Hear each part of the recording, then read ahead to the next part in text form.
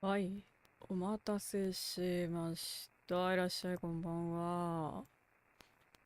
はーい、どうも、こんばんは。いらっしゃい。いや、最近ね、眠り気がすごくてですね。あ、待って。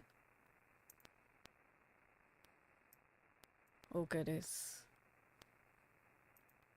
今日もね、帰ってきてからね、実は45分くらい寝てきました。本当はね、30分の予定だったんですけど、つまり追加で15分ダミーを貪ってきまして、今に至ります。というわけでね、本日は会話を、音うるさいかな？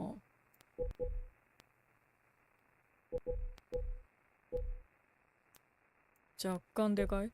あ、でも大丈夫か。本日、会話の2話目をやっていこうと思いますよ。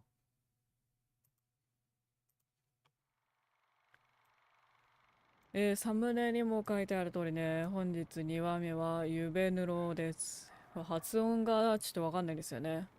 ゆは発音しないタイプかな。ゆべぬろ。いや、してるな。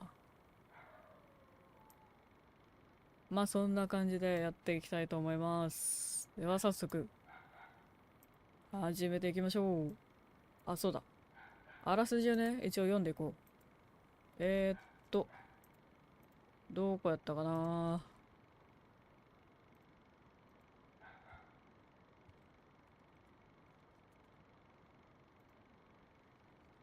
はい、ありました。夢ぬろ。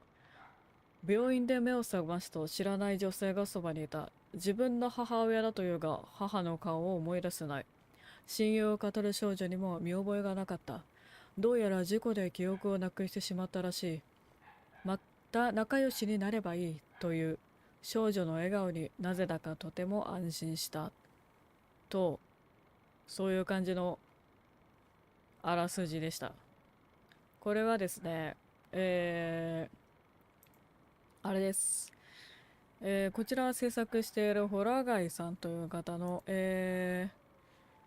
同作者さんの作品、キテレツ相談ダイヤルの方で登場している回ですね。ちらっとそちらの方に触れてるんで、まあ、なんとなく知ってるはいるんですけど、廃神社の願いを叶えてくれる神様がいるだとかいないだとか、そこに向かった、主人公の F ヤ君というらしいです。F なりくんかならしいんですけど、彼のお話です。彼もね、規定列相談ダイヤルの方に登場しておりますので、よろしければそちらのアーカイブの方もご視聴いただけると助かります。ということで、ゆべぬろ、早速読んでいきましょうか。あ、うるさ。OK です。え、あ、スタート。いや、楽しみですね。この作品ね、ずっと気になってたやつなんですよ。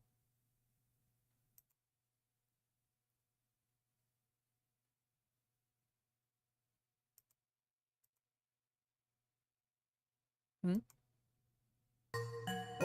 びっくりした。1933、1993年夏、H 県 F やくんかな、10歳。食事中のプレイ注意だそうです。翻訳ちゃんが止まった。食事中のプレイ注意だそうです。噛んだね。多分ね、まずいですね。大丈夫ですか？ご飯食べ終わってます？いきますよ。僕はね、食べてきたんで大丈夫です。思ったよりグロテスクなんですかね。食事中ってことはなんかあれなんですかね。え、あ、ん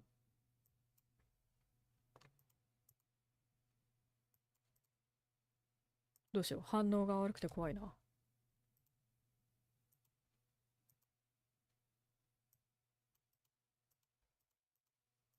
ん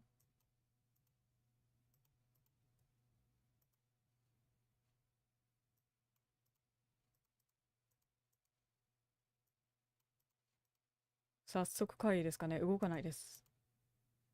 ちょっと待ってくださいね。遮るをかけていきます。これをこうして、こうして、実はね、起動の時もね、ちょっと遅くてね、怪しかったんですよね。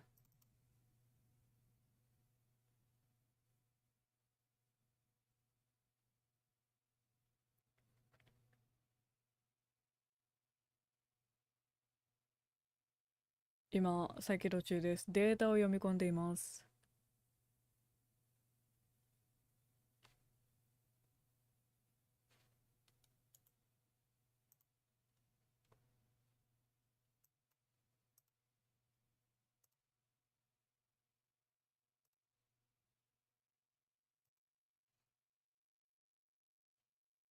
大丈夫かな？読み込みが終わらないです。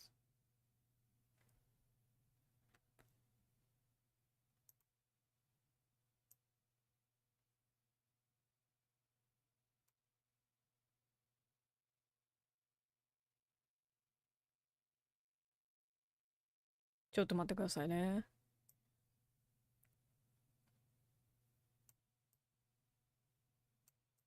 食事中のプレイ注意って書いてあったんで、お食事の話でもしますか？僕ね、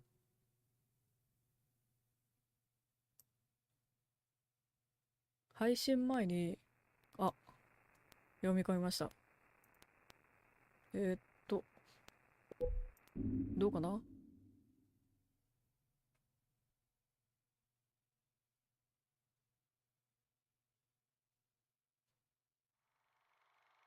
来た？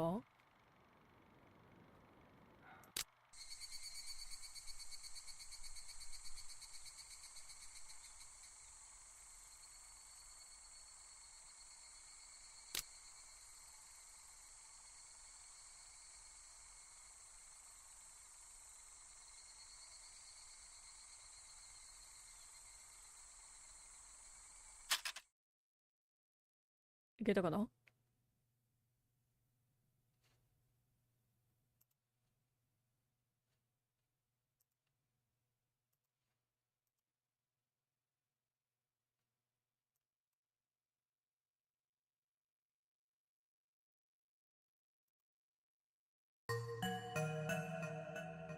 はい。2度目ですね、この画面。食事中のプレイ注意と、お食事終わってから見てくださいね。はい。はい。はい。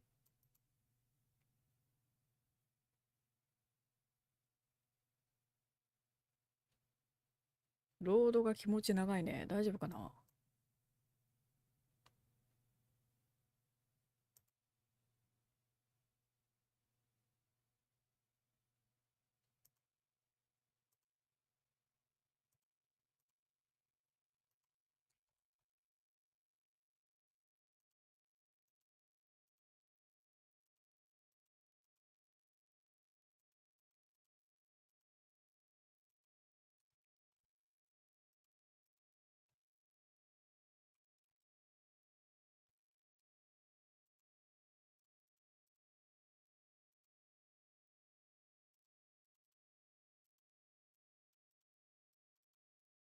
送りが長いです。お、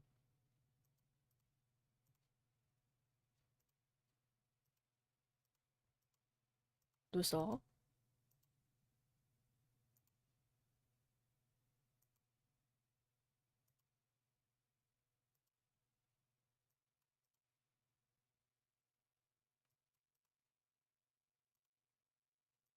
うーん。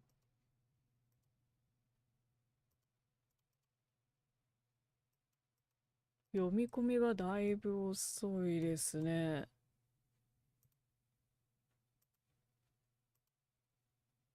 の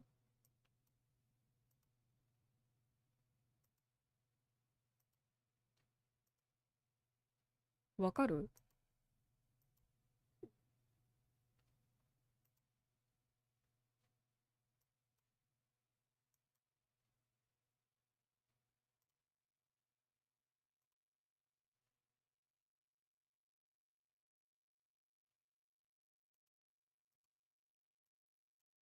誰？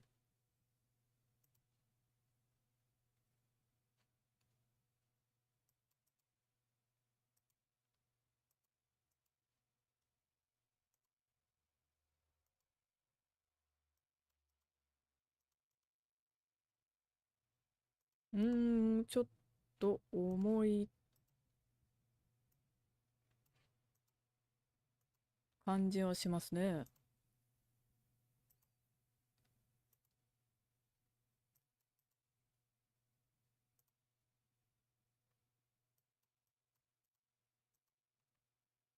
誰だろう、声が、と言っておりますが、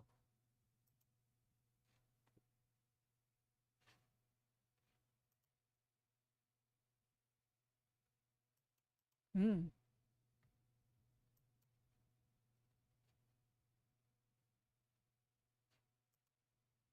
声が聞こえる。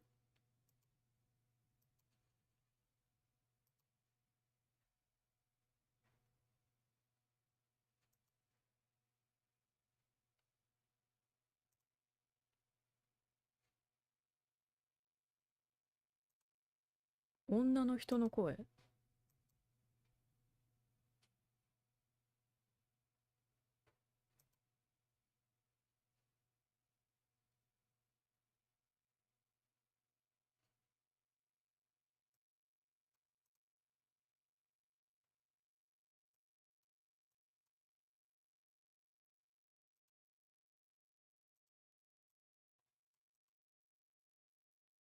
重いですね。ちょっと、なんだろう。やっぱダメか。ちょっと待ってくださいね。もう一回。One more chance。なんだろう、すごく眠い。わかる。ちょっと待ってね。えーっと、こいつ再起動かけます。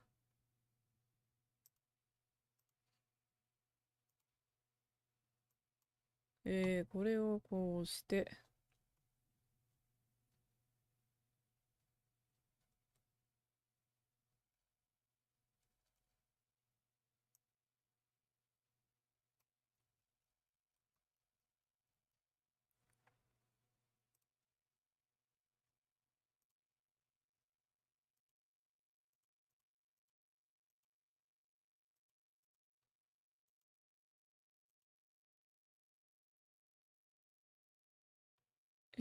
少々お待ちを。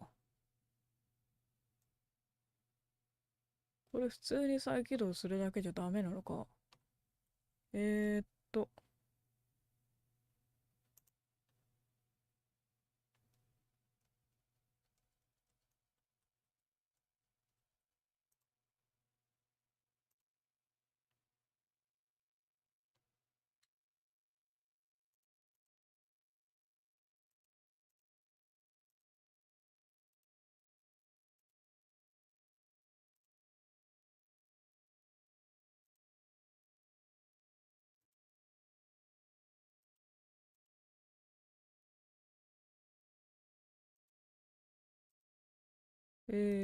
これかな。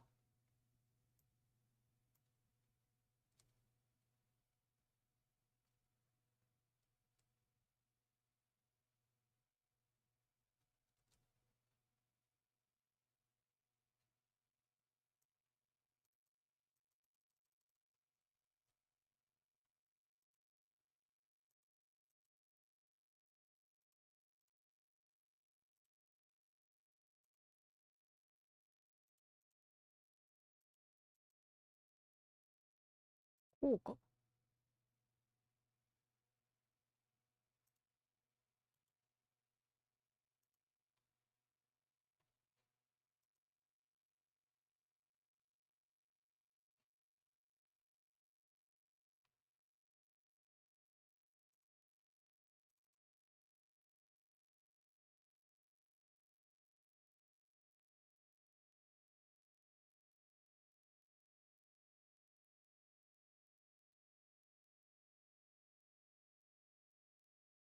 今再起動中です。お、さっきよりはもしかしたらいい感じかもしれない。これちょっと行ってみようか。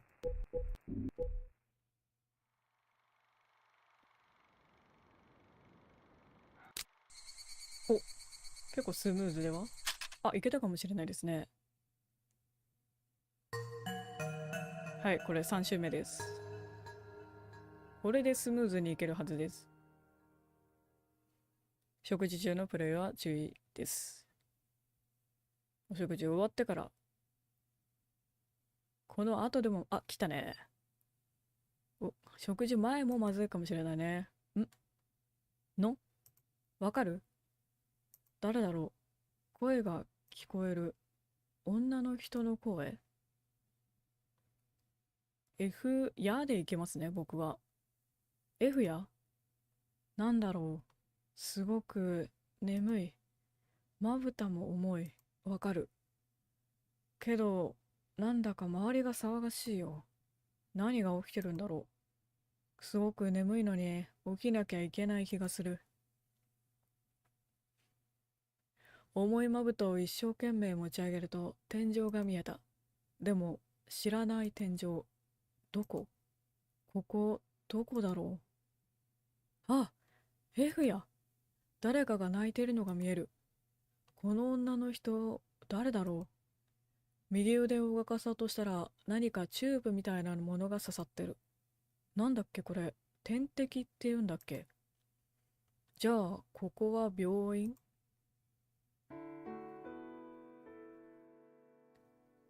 どうして病院なんかに？そんなことを考えていると急に体をずっしりと重くなった。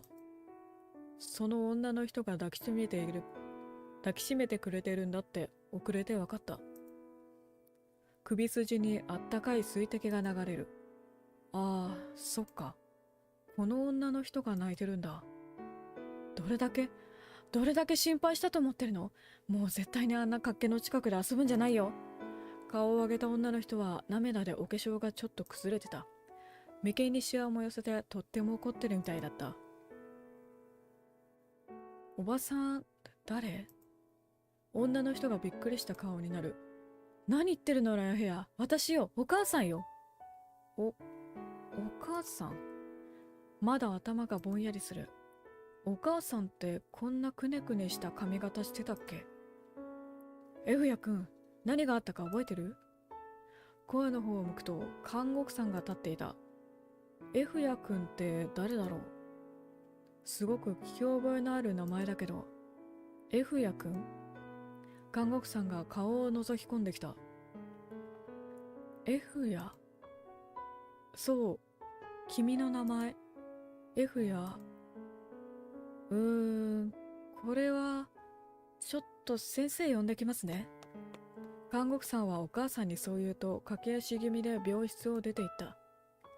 F や自分の名前。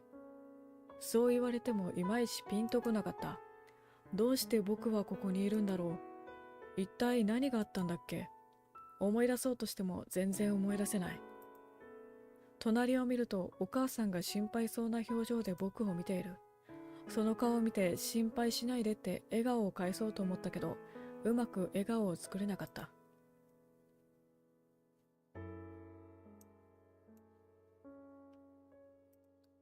まだ2日しか経ってないけど病院はすごく退屈だ。病院の中を探検したくても立ち上がるとフラフラするからトイレに行って戻ってくるので精一杯だ。お母さんは毎日見舞いに来てくれる。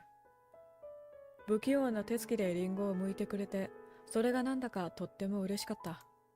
僕のお母さんはお化粧が派手で、声もちゃがれていて、たまにお酒の匂いもするけど、とっても優しいお母さんみたいだ。203号室のエヘウ君、目を覚ましたんだって。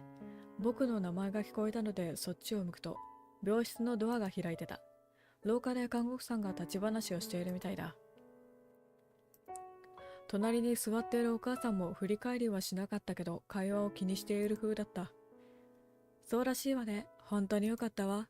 でもおえふやくん何も覚えてないそうよ。それって記憶喪失ってこと？やっぱり崖から落ちて強く頭を打ったせい？多分それが原因だろって先生が言ってたの。記憶喪失。最初にお医者さんに言われた時は他人事みたいに聞こえて自分のことだっていう実感が湧かなかった。でも落ち着いてからこうやって改めて言われると実感が湧いてくる。怖い。記憶がないってこんなに怖いことだったんだ。そのうち全部思い出すわ。気にすることないのよ。お母さんは枯れた声で笑う。心から笑ってるんじゃないっていうのは子供の僕でもなんとなく分かった。お母さんのためにも早く記憶を取り戻してあげたいけど、家族や学校のことを聞いてもいまいちピンとこなくて、一つも思い出せなくて、申し訳ない気持ちになる。コンコンと開いているドアを叩かれる音がした。こんにちは。顔を上げるとそこには、女の子と女の子のお母さんっぽい綺麗な女の人が手をつないで立っていた。F やくんの病室はこちらですか？あらまあ、エスカちゃんかな。あ、ヤグモさんこんばんは。いらっしゃい。ご飯食べてきました。これね、お食事中のプレイ注意って書いてあったんで、ちょっとそこだけお気をつけください。エスカちゃんにお母さん、わざわざすいません、どうぞ入ってくださいな。お母さんが椅子から立ち上がってお辞儀すると、綺麗なお母さんもペコリとお辞儀して病室に入ってきた。エスカって呼ばれた女の子も、それを真似してペコリとお辞儀して入ってくる。Fなり、この子が倒れてるあんたを見つけてくれたのよ。エスカちゃんの方を見ると目があった。エスカちゃんは一瞬だけ僕の顔をじっと見てニコリと笑った。Fなり、何か思い出した？お母さんが眉を8の字にして僕の顔を覗き込む。僕はもう一度エスカちゃんの顔を見てみるけど、やっぱり何も思い出せなかったので首を横に振った。すみません。思い出したというのは？エスカちゃんのお母さんが心配そうな表情でお母さんに質問する。実はですね、Fなりは記憶が混同してるというか、いろいろと思い出せなくなっているみたいなんです。それを聞いてエスカちゃんのお母さんはびっくりした表情で口に手を当てた。まあ、それは記憶喪失ということですか？簡単に言えばそういうことみたいです。お母さんとエスカちゃんのお母さんは眉間にシワを寄せて黙り込んでしまった。悪いことをしたわけじゃないんだけど、やっぱり申し訳ない気持ちになる。エスカちゃんは僕の横まで駆け寄って心配そうな表情で上目遣いに僕の顔を見つめてきた。私のこと覚えてないの？そんな風に見つめられたらちょっと照れくさい。なんとか思い出そうとエスカちゃんの顔をじっと見つめる。だけどやっぱり何も思い出せないか。うん、ごめん。せっかく助けてくれたのに。僕がそう言うとまたシーンとなってしまった。もう一度ごめんなさいって言おうとした時、エスカちゃんの明るい声が聞こえた。大丈夫よ。エスカちゃんはぴょんと離れると笑顔でみんなの顔を見渡した。忘れちゃったんならまた仲良しになればいいんだもの。そう言ってベッドに身を乗り出すようにして僕の顔を覗き込んでくる。ね、私はエスカよ。ほら、言ってみて。その顔の近さにちょっとドキッとしてしまった。エスカちゃん。名前をつぶやくとお母さんたちの表情がちょっと柔らかくなった気がした。私たち親友だったんだから。ねえママ。エスカちゃんが元気よくお母さんたちの顔を見渡す。あらまあ、エスカとFなりくん、そんなに仲が良かったのね。エスカちゃんのお母さんは腕に肘を乗せてほっぺたに手を当てる。よくわからないけど、お上品ってこういうことを言うのかなって思った。そうなんですよ。エスカちゃんにはうちのFなりとよく遊んでもらってたんです。気がつくとさっきまでのみんなの不安そうな顔はなくなって笑顔になっていた。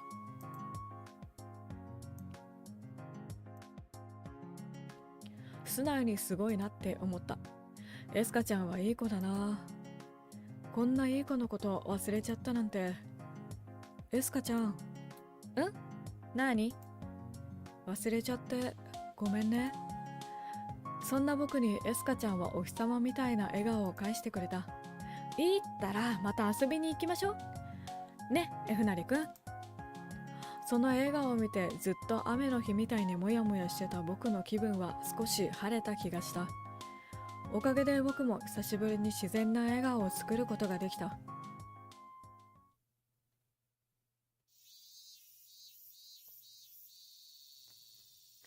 緊張っていうより不安でいっぱいだった。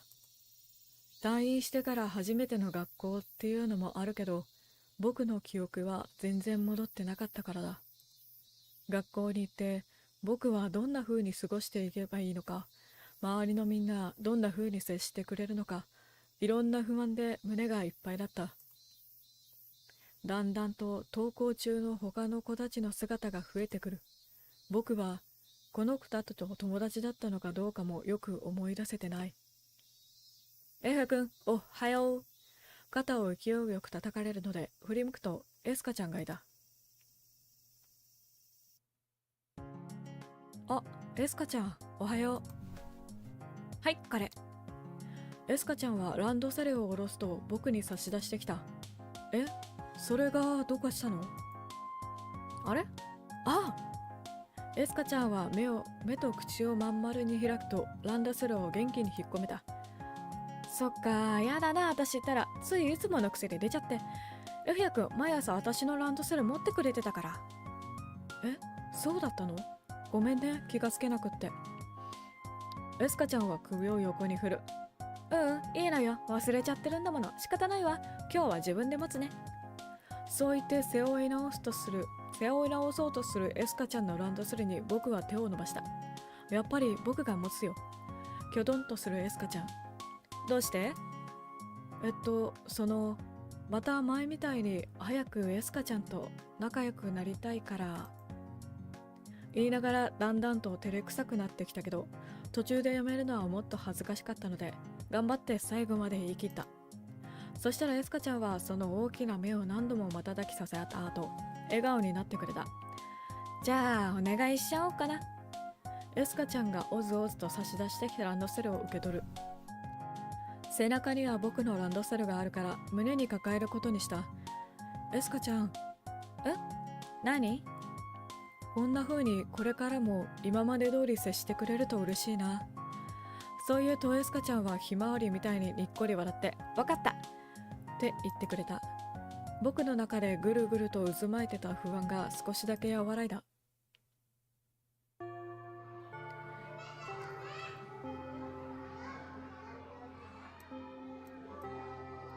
チャイムが鳴る。1時間目の授業が終わって休み時間の始まりを知らせるチャイムだった。今日はまだエスカちゃん以外と誰とも話せてない。もっとクラスのみんなからいろいろ聞かれるかと思ったけど、誰も僕に話しかけてこなかった。僕の方も気軽に話しかけるのは難しかった。前に転校生がやってきたことがあったけど、初日はちょうどこんな感じだったのを思い出した。周りの生徒も話しかけないし、転校生も誰にも話しかけられない。まさに今の僕みたいな感じだった。あれ？そういえばこういうことは覚えてるんだ。でもその転校生の名前は思い出せない。それどころかこのクラスの子たちの名前や顔を見ても全然とピンとこない。エスカちゃんのことすら覚えてなかったんだから当然といえば当然かな。記憶喪失ってある期間の記憶がごっそりなくなるイメージだったけど、そういうものとは限らないってお医者さんが言ってた。なんていうか虫食い状態のプリントみたいに記憶のいろんなところにムラがあるというとしっくりくるかもしれない。だけどこうやって投稿していろんなこと話せばまたいろいろ思い出せるかもしれないってお医者さんも言ってた。そうだ、緊張している場合じゃないんだ。僕は軽く深呼吸して手のひらに書の字を書いて飲み込んだ。こうすると緊張が和らぐってどこかで聞いた気がする。よし。僕は勇気を振り絞って窓際で3人で話している男子グループに声をかけてみた。いや、いや、あ、うん、なんだろう。男子たちはみんな引きつった笑顔を浮かべると、お互いに目配せしてからうつむいちゃった。みんな僕と目を合わせないようにしているみたいだ。何の話してたの？あ、いや、つまらない話だよ。昨日のテレビの話なんだけど、もう終わったから。男子たちはそう言ってそそくさと教室の外に出て行った。しばらく僕はぼーっとかかしみたいに立っていた。今の反応は何なんだろう。なんだか避けられているみたいな。一体僕はどんなクラスメートだったんだろう。それを少し思い出したくて思い切って話しかけてみたけど、予想外の反応だった。僕の中の不安は小さくなるどころかもっと大きくなった。気にしないで、みんなどう接していいかわからないだけよ。横を見るといつの間にかエスカちゃんが立ってた。そうなんだ。うん、そうよ。そう言ってエスカちゃんはまた満面の笑みを僕に浮かべてくれた。この子の笑顔と言葉は僕の大きな支えになっていた。きっと記憶をなくす前もエスカちゃんにはこうやっていっぱい励まされてきたんだろうな。スピーカーから2時間目のチャイムが聞こえてきた。次の科目は何だっけ？僕は自分の席について机の中から時間割表を取り出す。今日は水曜日だから2時間目は算数だ。もたついている間に先生が教室に入ってきた。机の中から筆箱と教科書を取り出そうと手を突っ込むと、なんか指先に変なものが触れた。なんだろう、この感触。柔らかいゴムか何かと思ったけど、指先でガサガサと急に動き出した。うわ！思わず大声を出しちゃった。顔を上げるとクラス中の視線が僕の方に向いていた。恥ずかしい。なんだよや、どうした？先生が眉間にシワを寄せて聞いてくる。机の中に何かが。恐る恐る机の中を覗いてみる。そこにいたのはトカゲだった。トカゲ。ひゃあ！とっさに僕は椅子から転げ落ちてしまった。教室がざわざわと騒がしくなったけど、僕の頭は真っ白で、みんなが何かを言ってるの全然わからなかった。どうした F や？先生が驚いた表情を僕に向ける。先生、机の中にトカゲが。震える指で倒れた机を指さすと、エスカちゃんが僕の倒した机にスタスタと歩み寄った。そして机の中に手を入れると、トカゲの尻尾を軽々とつまんで引っ張り出した。白いトカゲだね。なんだ、こんなとこで驚かないでよ、F やくん。いつものことじゃない。いつものと、エスカちゃんは宙づりになったトカゲを見つめながらケラケラと笑う。一瞬エスカちゃんが何を言っているのかわからなかった。いつものことなの？僕はみんなに確認するようにクラスを見渡してみたけど、みんなさっと視線を背けるだけだった。そんなクラスの中に大きな咳払いが響く。人騒がすな。じゃあ授業始めるぞ。先生はそう言って教室の上に教科書を置いた。エスカちゃんは尻尾をつかまれて宙にジタバタするトカゲを持ったまま席に戻った。そして机の上に乗せると必死に逃げようとするトカゲを鉛筆でつついて遊び始める。エスカちゃんってこんな一面もあったんだ。先生が黒板にチョークで書く音が聞こえ始める。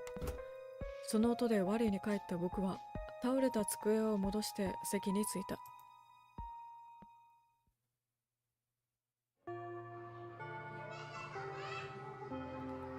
2時間目終了のチャイムが鳴る。少し長めの中休みの時間だ。急げ、ゴール取られるぞ。どこからともなくそんな声が聞こえた。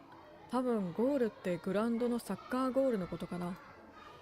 何人かの男子はチャイムが鳴り終わるより早く走って教室を出て行った。ねえ、エフヤくん。教科書をしまってどうやって中休みを過ごそうかと思っていたら、エスカちゃんが声をかけてきた。私と一緒にいつもやってた鬼ごっこしない？鬼ごっこ？うん、いいよ。よかった。じゃあ外に出ましょう。校内だと怒られちゃうからね。僕たちは教室を出て階段を下って、昇降口に向かって歩き出す。てっきり他の友達も参加するもんだと思ってたけど、全然集まってくる気配がない。もしかして僕たち2人でやるのかな？えやくん、私たちの鬼ごっこは特別のルールだったけど覚えてる？え、そうなの？ごめん、覚えてないよ。やっぱりそうよね。じゃあ説明してあげるね。って言っても基本的な鬼ごっこと同じよ。まずじゃんけんして勝った方が鬼なの。次に負けた方は鬼から逃げます。鬼に捕まったら罰ゲームをしなきゃいけないの。その後鬼役交代。ね、簡単でしょ？つまり普通の鬼ごっこに捕まった時の罰ゲームが混ざっただけらしい。うん、わかった。下駄箱で上履きから、靴に履き替えた僕たちは早速じゃんけんをした。じゃあ行くよ。最初はグー、じゃんけんポン。エスカちゃんの元気な掛け声に合わせて僕はグーを出した。エスカちゃんはパーだ。ってことは私が鬼ね。じゃあゆっくり10秒数えるから、あんたはその間に逃げて。エスカちゃんは顔を両手で隠して10から数え始めたので、とりあえず僕は校庭を飛び出して辺りを見渡した。周りではサッカーをしたり、バスケゴールにシュートを決めたり、一輪車で走り回っている生徒たちがいる。どこに隠れようかな。とりあえずジャングルジムの奥にある大きな木の裏に隠れることにした。でもこれだけ広いとエスカちゃんも探すの苦労するんじゃないかな。見つけた。声の方を振り向くと、木の幹からエスカちゃんがもう顔を覗かせていた。いや、まさかこんなに早く見つかるなんて思ってなかった僕は心底びっくりした。でもかくれんぼじゃないから見つかって終わりじゃないんだ。タッチされる前に僕は全速力で木の陰から飛び出した。後ろを振り向くとエスカちゃんが迫ってくるのが見える。だけどやっぱり男子と女子の足だ。僕の方がまだ速い。なんとか振り切って大きく旋回してから僕は体育館裏に隠れた。だいぶ走ったせいでかなり息が上がってる。ここなら当分は見つからないだろうからゆっくり息を整える。遅かったね。うわ、声の方を見るとそこにはやっぱりエスカちゃんがいた。全然息が切れてなくて手を後ろに組んでニコニコと僕の方を見ている。どうやら先について影に隠れてたみたいだ。僕は再び全力でそこから逃げ出した。全然休めてないから息はずっと苦しいままだ。速度は落ちているはずだけどエスカちゃんの足も速くないから僕は捕まることもない。こんな感じで行く先々でエスカちゃんに追いつかれては逃げるを繰り返していた。途中何度も僕を捕まるチャンスはあったと思うけど、エスカちゃんはずっと僕のことを追い回し続けた。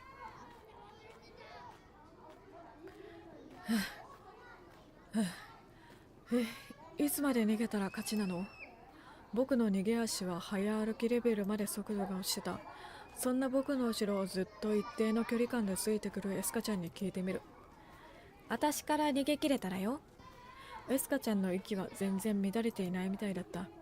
振り返るとこの遊びを心底楽しんでいるようでニコニコとした笑顔を浮かべている。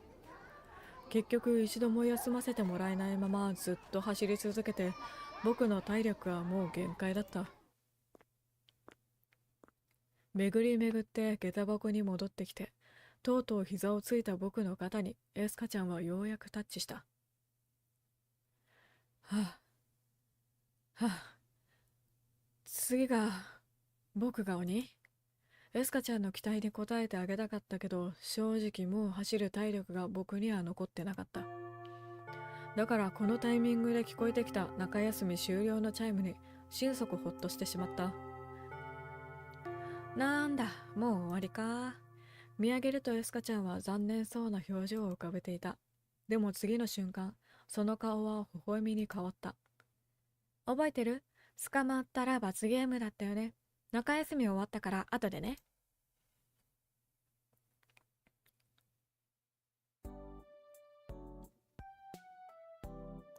みんなで手を合わせていただきますの合唱が教室に響く。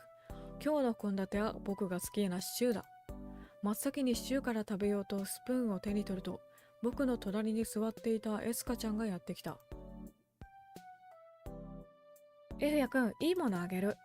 トカゲ？いいものって？僕はスプーンを置くとエスカちゃんはズキンシボリでいいのかなの形をしたティッシュをポケットから取り出した。はい、これ。え、いいの？なんだろう。僕はちょっとワクワクしながらエスカちゃんからもらったティッシュを開けた。なんだろう、これは。黒ごま。よく見ると黒ごまはうぞうぞとティッシュの中で動いていた。そのうちのいくつかがティッシュから脱出して僕の机にポトポトと落ちる。黒ごまの正体に気づいた瞬間、体が石像みたいに固まった。ああ、それは、おお、アリだ。びっくりして手を振り上げると、アリがたくさん入ったティッシュをエスカちゃんは空中でキャッチした。危ない危ない。どうしたのエヘ君。これが鬼ごっこで負けた罰ゲームだよ。罰ゲーム？これが？アリって酸っぱいらしいですよ。エスカちゃんの顔を見ると満面の笑顔があった。嘘って言ってほしかったけど、どうやら本気みたいだ。エフヤ君言ったんだよ。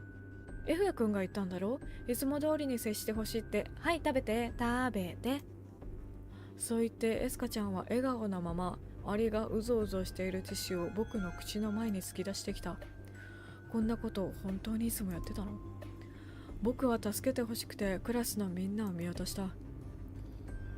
でも僕たちの方を見て何かこそこと喋った後は僕と目が合うなり、目をそらして黙々と給食を食べ始める。そんな、先生は？先生の方を見ると目があった。エスカちゃんを止めてくれることを期待したけど、先生の口からは早く給食食べなさいという絶望的なセリフが返ってくるだけだった。僕はもう一度うぞうぞしているアリたちに目を向ける。僕は虫が得意じゃないというよりむしろ苦手だった。アリはまだマシな部類だったけど、こうやって集められて動かれるとさすがに見ていて鳥肌が止まらない。エスカちゃん、本気で言ってるの？アリは食べ物じゃないよ。まだ食べられるから大丈夫。せっかく捕まえてきたのに。それにこうでもしなきゃ罰ゲームにならないでしょ？ダンゴムシとかじゃなくてよかったんじゃない？いやでもこれはちょっと。もう。エスカちゃんは眉をしかめて口をへの字に曲げる。そんなに言うんなら食べやすくしてあげるね。そう言ってエスカちゃんはティッシュの中のアリたちを僕のシチューに放り込んだ。何して。止める間もなくエスカちゃんは僕のスプーンを手に取ってシチューをかき混ぜる。これは罰ゲームを嫌がった分ね。そう言ってエスカちゃんはペットシチューに唾を吐いた。それは嫌だな。呆然とシチューを見つめる僕の頭にエスカちゃんがすかむ。さあ食べなさい。怖っ。悪役令嬢じゃん。嫌だ、こんなの食べられるわけない。いやいやと首を横に振る僕の頭をシチューに叩きつけそうな勢いでエスカちゃんは押してきた。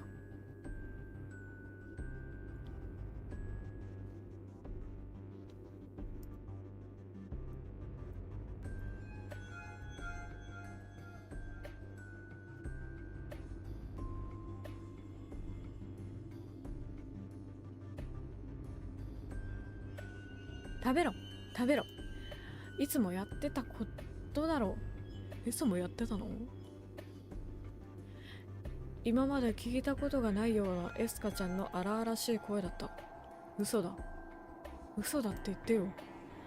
エスカちゃんにこんな一面があったなんて信じられない。いや、信じたくなかった。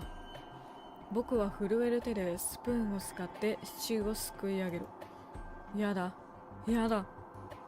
食べたくなんかない。誰か助けて。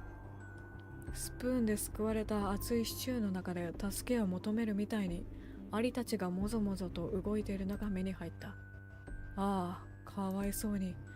早く楽にしてあげなきゃ。そう思えたことが最後の一押しになって、僕はぎゅっと目をつぶり、シチューを口の中に運ぶことができた。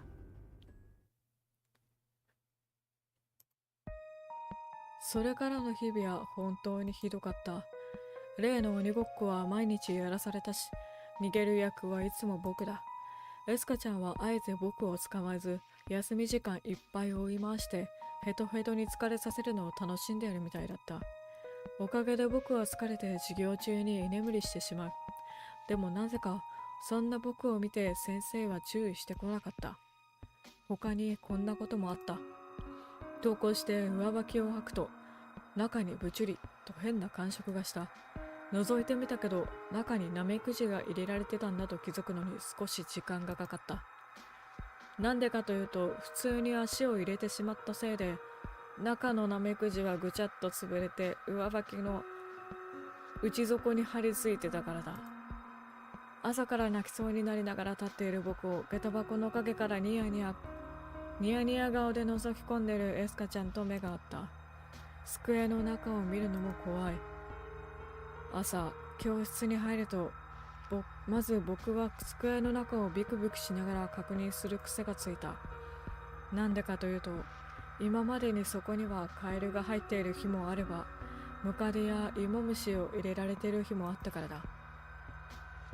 それだけじゃない。掃除の時間にほうきで床を掃いていると、女の子たちが通りかかったタイミングで、僕はズボンとパンツを吊り下げられたこともあった。なんでこんなことするのって泣きそうになりながら訴えると、エスカちゃんは、ズボンだけ下げたつもりだったのよ、と悪びれることもなく言った。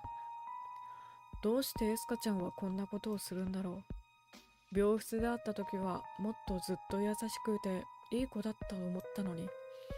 どこか誰もいないところに行って泣きたかったけど、どこに行ってもエスカちゃんが見てる気がして、それもできなかった。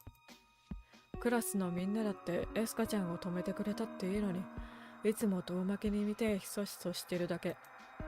さすがにもう限界だった。みんなで助けてくれないなら僕の方から助けを求めるしかない。放課後、僕は職員室のドアをノックした。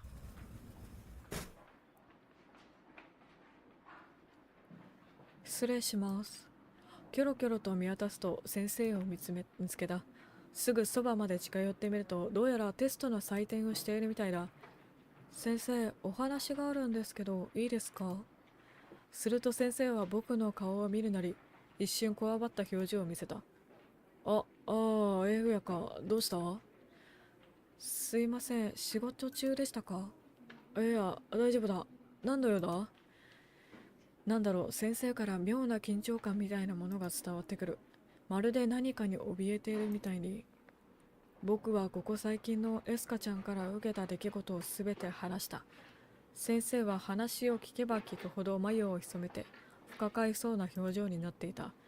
僕が一通り話し終えると、先生はコーヒーカップに口をつけた。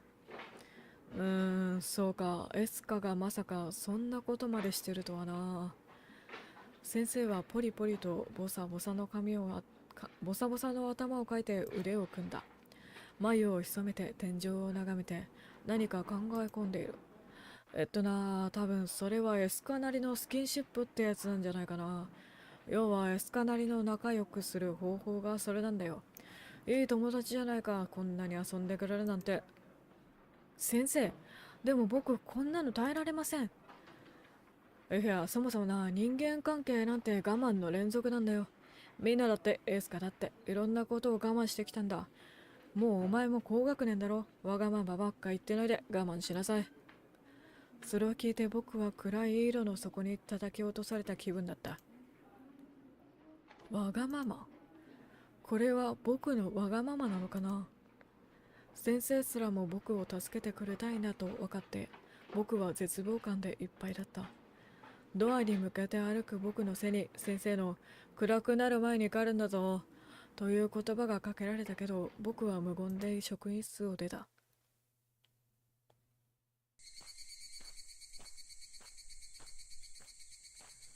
その後のことはショックでよく覚えてない。気がついたら僕は夕焼けをぼんやりと眺めながら田んぼ道をとぼとぼと家に向かって歩いてた。一体どうすればいいんだろう。もうお母さんに言うしかないかな。でもお母さんは僕とエスカちゃんが仲いいと思ってる。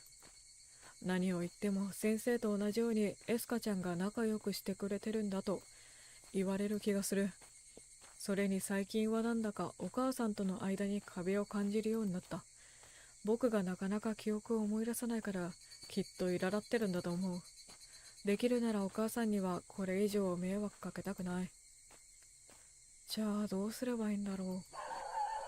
するとすぐ近くで犬の鳴き声が聞こえた。どこから聞こえてくるんだろう。キョロキョロと辺りを見渡すと、田んぼを一つ挟んだ隣の、これなんだろう、あぜ道で転んで手をついているおじいさんと、おじいさんに向かって吠えている犬が見えた。散歩中かなと思ったけど、犬にはリードも首輪もない。多分野良犬だ。おじいさんはよく見ると、あぜ道の、なんだっけ、溝に足を挟んでしまっているみたいだった。野良犬が吠えながらおじいさんに近づいてくる。おじいさんは必死に足を抜こうとしつつ、片方の手で杖を振って犬を追い払おうとしていた。危ない気配を感じた僕は石を拾って野良犬に向かって投げつけた。あっち行け。何度も投げたうちのいくつかが野良犬の足に当たると、野良犬はキャインと鳴いてくるりと背を向けて逃げ去ってくれた。田んぼの脇道を通っておじいさんのそばまで駆け寄る。おじいさん、大丈夫ですか？すまんね。足が挟まっちまって、ちょっと手伝ってくれんか。昔読んだ絵本の大きな株みたいに、僕はおじいさんの足を引っ張った。すると、絵本よりずっとあっけなく、おじいさんの足を引き抜くことができた。すまんね、坊や。いやー、助かったよ。おじいさんは、杖を両手で支えて、挟まっていた足を引きずるようにして立ち上がった。足、痛めちゃったんですか？いやいや、これは元からだよ。足を悪くしていてね。そう言いながらパンパンとおじいさんはズボンについた土を払った。ありがとうな、坊や。わしの命の恩人だ。おじいさんがにっこりと優しそうな笑顔を向けてくれる。いえ、大げさです。でもずっと嫌なこと続きだった僕に、おじいさんのその言葉はすごく嬉しかった。誰かが困っていたら助けてあげるのが当たり前ですよ。それができる子がなかなかおらんのよ。何かお礼をせんといかんな。いやいや、本当に大丈夫ですから。手をブンブンと振る僕を見て、おじいさんは笑顔でうんうんとうなずいた。そうは言ってもな、坊や。神様は見てくださっとるんだよ。わしがお礼せんでもそう遠くないうちに、とても素晴らしいことが坊やに起こるはずだよ。そうだ、とおじいさんは何かを思いついたみたいだった。お前さ、ゆべぬろ様を知ってるかい？ゆべぬろ様？全く聞き覚えのない言葉だった。もしかしたら記憶をなくす前の僕は知ってたのかもしれない。でもどちらにしろ今の僕には全然ピンとこないので首を横に振るしかなかった。まあそうだろうな。今の若い子が知らんのも無理はない。おじいさんは杖に両手を乗っけると曲がった背筋を伸ばした。今ではもう大人でもほとんど知らんだろうがな。ゆべぬろ様はこの村に伝わる神様なんだよ。お礼の代わりにゆべぬろ様に会う方法を教えてあげよう。ゆべぬろ様に会う方法？うさんくさかったけど、そういう迷信みたいなお話は嫌いじゃなかったのでちょっとワクワクする。おじいさんはおほんと咳払いをしてから手順を説明し始めた。まず家で一番綺麗な鏡と死んだ鶏の肉を用意するんだ。日が暮れかけた大間が時、その鏡と肉を持って山の奥深くにある小さな神社へ訪れるんだ。俺、ちょうどわしの目の前にあるあの山がそれだな。おじいさんが指さした方を向くと、何の変哲もない山が一つ、田んぼの向こうにあった。あの山のふもとにな、よく見ないとわからないが、山の奥に続く獣道があるんだ。何の変哲もない普通の獣道だ。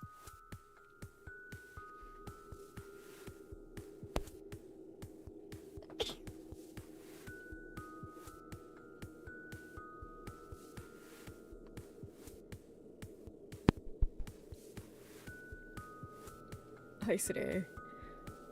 獣道ね。はい。そこをずっとたどそこをずっとたどるんだが、そこからの道順がちょいと複雑だな。よく聞くんだぞ。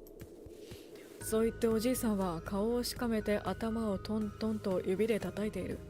頑張って思い出しているみたいだ。そうそう。まず最初にな、獣道をずっとたどっていくと灯籠が見えてくる。そしたら右にまっすぐ進むんだ。後ろを振り返って灯籠が見えなくなってきた頃に、布に巻かれた3本の木が見えてくるはずだ。その布はそれぞれ赤、青、木の色をしとる。そのうち赤から青の木の方角に向かってまっすぐ進むんだ。そこでおじいさんはまたしかめ面をして黙ってしまった。腕を組んで、その後は何だったかなとつぶやきながらうなっている。そうだ、次にな、5人のお地蔵さんが見えてくる。誰が何のために建てたかは知らんが、なぜかお地蔵さんは位置も向きもバラバラに建てられとるんだ。お地蔵さんはみんな体のどこかが欠けてる。その中から左上の欠けてるお地蔵さんを探しなさい。見つけたらそのお地蔵さんに向かい合って左手に向かってまっすぐ進む。ずっとまっすぐ進むんだ。するとな、鳥居が見えてくる。それが夢ぬろ様の神社の入り口だ。僕が必死におじいさんが言った道順を頭の中で繰り返した。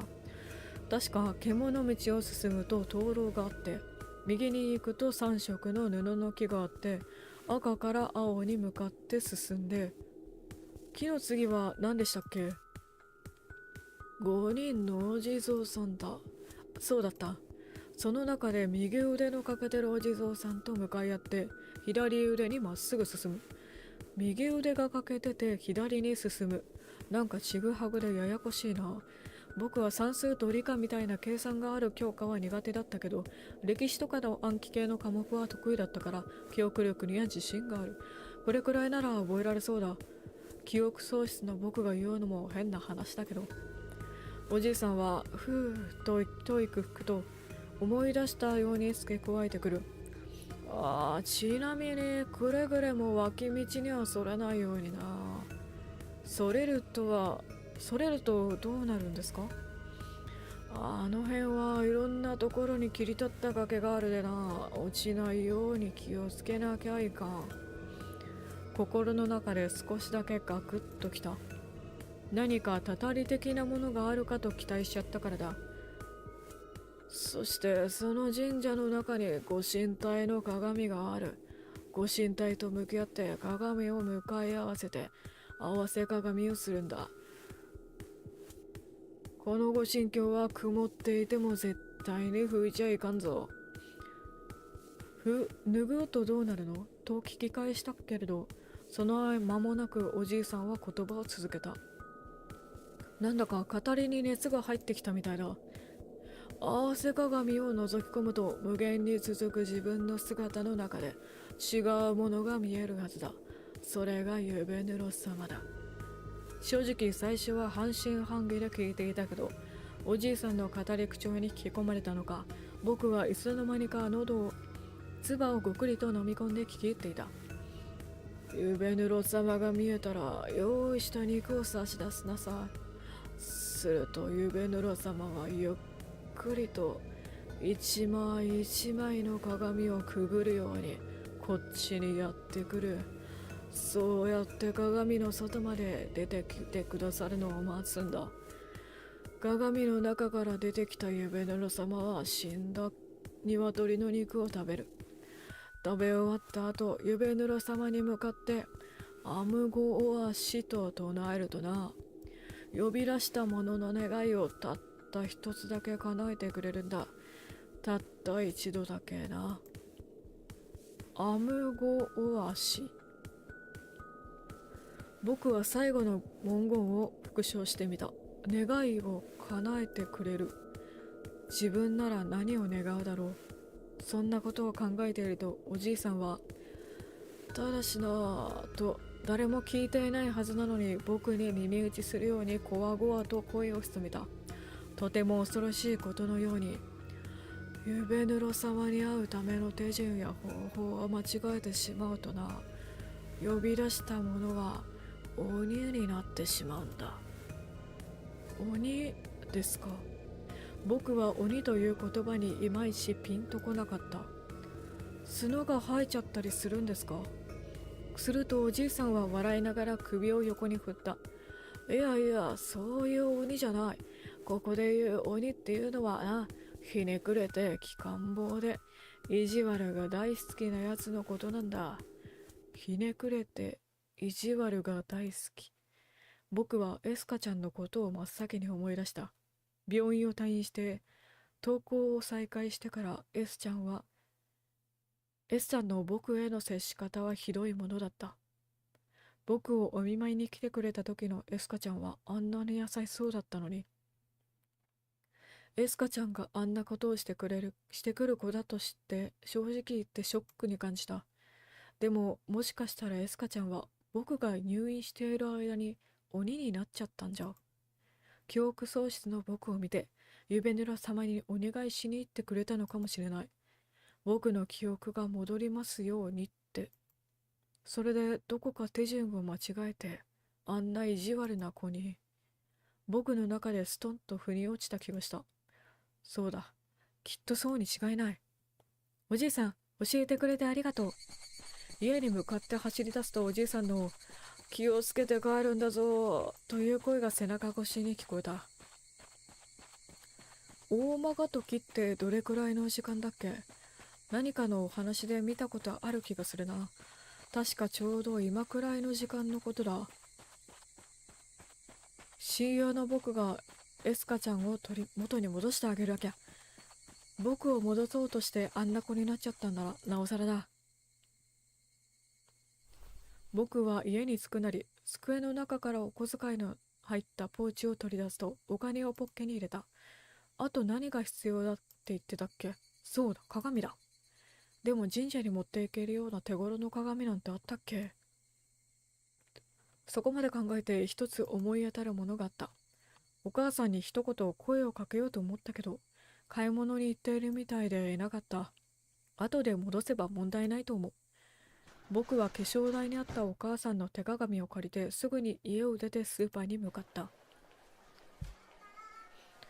確か豚でも牛でもなく必要なのは鶏肉だったはず。そういえば鶏肉はどれぐらい用意すればいいんだろう。おじいさんはそこまで言ってなかった気がする。鶏1羽分じゃない。とりあえずお小遣いで買えるだけ買った 400g の鶏肉を僕は手提げ袋の中に入れた。もも肉ですか。夕日を背におじいさんが教えてくれた山まで走る。急がないと夜になっちゃう。山のふもとに到着しておじいさんが言ってた獣道とやらを探してみる。どこだろう。何の変哲もない普通の獣道って言ってたから注意深く探さないときっと見落としてしまう。もしかしてこれのことかな。草木と土がちょっとだけ避けられた部分がひっそりとそこにあった。それは一本筋になって山の奥に続いている。確かに言われてみなければ気づかないし、気づいたとしても気にも留めない獣道だ。でもおじいさんからあんな話を聞いたせいで、それはまるで普段とは違う世界の入り口に見えた。日が暮れてきたこともあるし、ちょっとかなり怖い。でもそんなことは言ってられない。僕がエスカちゃんを取り戻すんだ。意を決して僕は山に足を踏み入れた。獣道は一本道だったけど、気を抜くと見失ってしまいそうなほど薄かったから、注意深く足元を見ながら一歩一歩進んだ。すると苔むした灯籠が目に見えた。確かここを右にまっすぐだったよね。足元の小枝を踏みしめながら僕はまっすぐ右に進む。こうして周りが木や草ばかりの同じ景色が続くと、自分が本当にまっすぐ進んでいるのか不安になってくるな。後ろを振り返って灯籠が見えなくなった頃、前方に黄色が見えた。近くまで行ってみると、それは黄色い布だった。木の幹というより枝に引っ掛けるようにして巻かれてる。年月でずり落ちないようにという配慮かもしれない。実際黄色い布は茶色と言っても信じられるくらい薄汚れてて、随分と長い間そこに巻かれていたことがわかる。他に赤や青の布もあるはず。キョロキョロと周りを見渡すと確かにあった。どちらもだいぶ汚れていて、赤は赤黒いし、青は紺色に近くなっている。紺色か。どれも話に聞いていないと見落としてしまうくらいこの山の中にすっかりと馴染んでいた。ここはどうするんだっけ。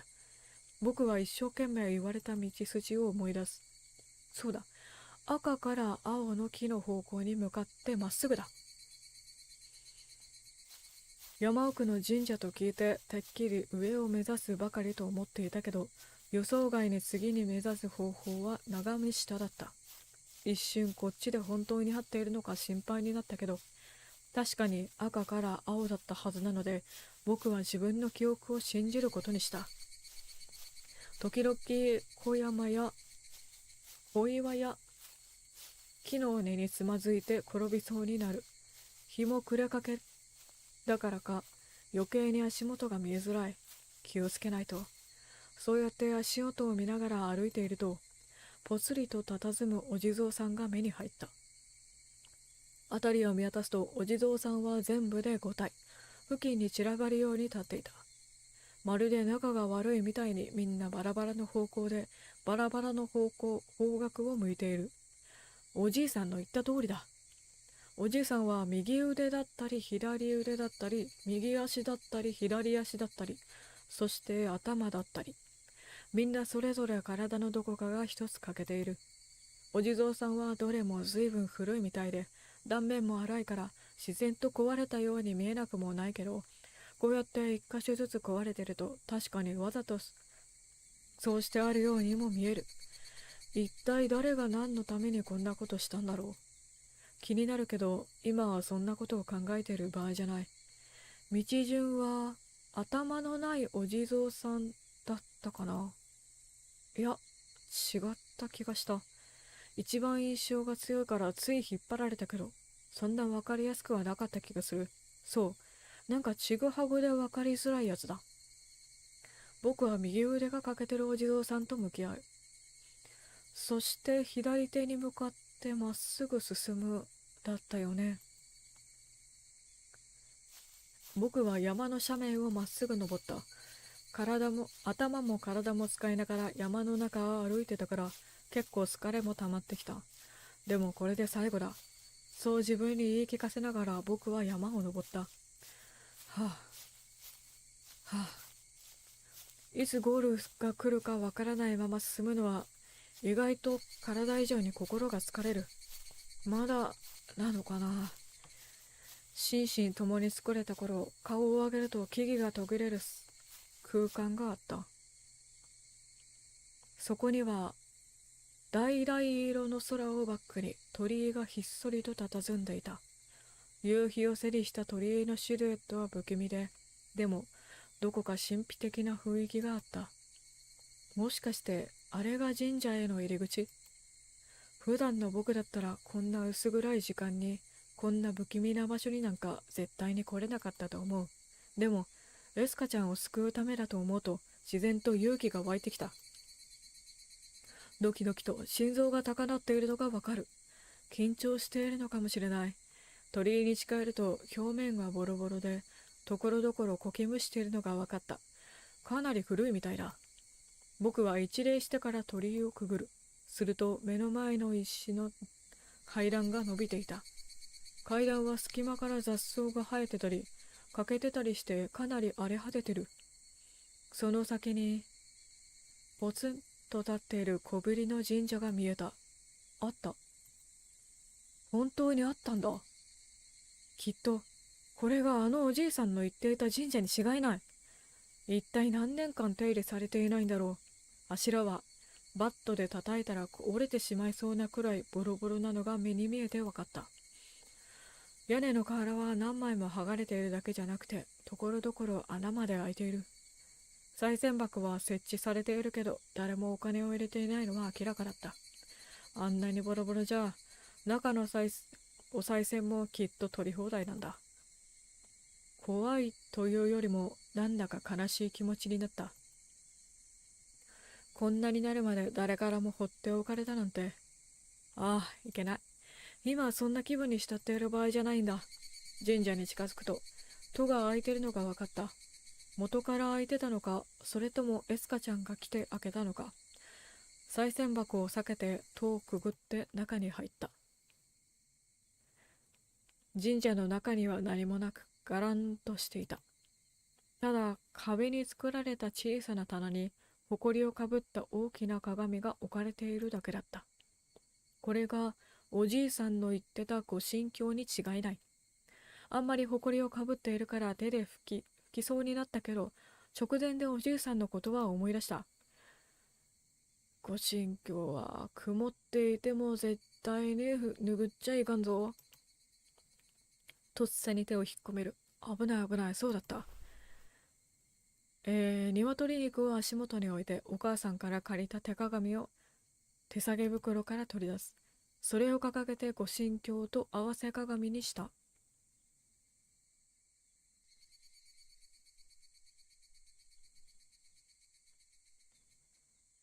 ご神教には手鏡を持った僕が映ってる。その手鏡の中にはご神教に映る僕。そのご神教の中には手鏡を持つ僕。というふうに永遠と僕の姿が鏡の奥に続いているのが見える。でも、ご神教が曇っているせいでそんなに奥までは見えなかった。まるで鏡の奥に行けば行くほど濃い霧がかかっているみたいだ。この中のどこかにユベヌロ様が現れるはずなんだけど、全然見当たらない。鏡の奥の方で僕の姿がぐらりと揺れた気がした。気のせいかな。いや、気のせいじゃない。ご身長が曇っているせいで見えづらいけど、目を凝らせばわかる。なんか思ってたんと違った。ひげ面だね。奥の方に一人だけやたらと目の大きい僕が映っていた。目が大きいのか。どこがこれどうなってるんだろう。思いっきり目を見開いたみたいにギョッとしているその目を見て、一瞬背筋がゾッとした。心なしか体をムクムクと大きくなっている気がする。そしてだんだんと真っ黒に染まっていった。もはや僕の姿をしていない黒い何かがそこに映っていた。僕はとっさに後ろを振り返ったけど何もいない。前を向き直るとやっぱり鏡の奥にだけ得体の知れない黒い何かがいる。昔合わせ鏡をして遊んだことがあるから知っている。合わせ鏡の奥の一箇所だけ変なのが混ざるなんてありえないんだ。だって僕の姿が変わるにしろ、異物が映り込むにしろ、全部の鏡に反映されるはずなんだから。試しに頭を上下させてみると、鏡の奥に無限に続く僕たちの頭も全く同時に上下した。間違いなく鏡の世界はこの現実を映してる。あの黒い何か以外は。ありえないことが目の前で起きてるんだ。全身に鳥肌が立った。おじいさんの話は本当だったんだ。きっとあれが夢のろ様だ。ドキドキと興奮で心臓が高鳴るのが分かった。この後の手順は何だっけ。そうだ、鶏肉を使ってこっちまで来てもらうんだ。ごくりと唾を飲み込むと、手鏡の位置をできるだけ変えないようにしながら、足元の鶏肉を拾って差し出すように鏡に映した。うわ。上の白いのが目なのかな。一つ目ってこと。すると夢ぬら様は合わせ鏡の奥の方からまるで窓でも乗り越えてくるみたいに鏡をくぐってこっちにやってくる。400g の鶏もも肉でも OK らしいよ。そして鏡の中の僕が持っている鶏肉を掴んで、その大きな口に放り込んでむしゃむしゃと食べた。え僕はとっさに自分の手元に目を向けてみる。そこにはまだ鶏肉が残っていた。試しにギュッと握ってみると、グニグニと生々しい食感が手に伝わってくる。辺りを見渡してみるけど、夢ぬろ様の姿はやっぱりどこにもない。目線を前に向けると、鏡の奥にいる僕の鶏肉はなくなっていて、その隣では夢ぬろ様が鶏肉を食べている。鶏肉を食べている。現実と鏡の中のちぐはぐに僕はなんだか奇妙な気分になった。夢ぬら様は鶏肉をごくりと飲み込むと、また一枚鏡を乗り越えて手前にやってきた。そして僕の手元に手を伸ばすと、さっきと同じように鶏肉を口の中に放り込んで食べた。それを繰り返しながら一枚、また一枚と奥の方から鏡をくぐり抜けて僕の方に近づいてくる。怖すぎる。得体の知れない何かが一歩一歩僕の方に迫ってくる感覚。鏡に映った僕は今にも泣き出しそうな表情をしていた。まさか僕のことまで食べたりしないよね。いつの間にか手が震えていたけど、手鏡だけは落とさないように力強く握りしめた。そうしているうちに夢ぬら様はもう目の前のご神教の中まで来ていた。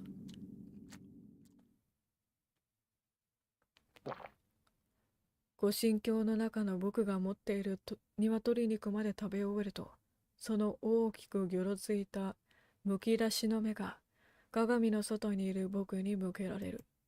そして電車のドアでもくぐるように、夢ぬら様はご神教の中からずるりと這い出てきた。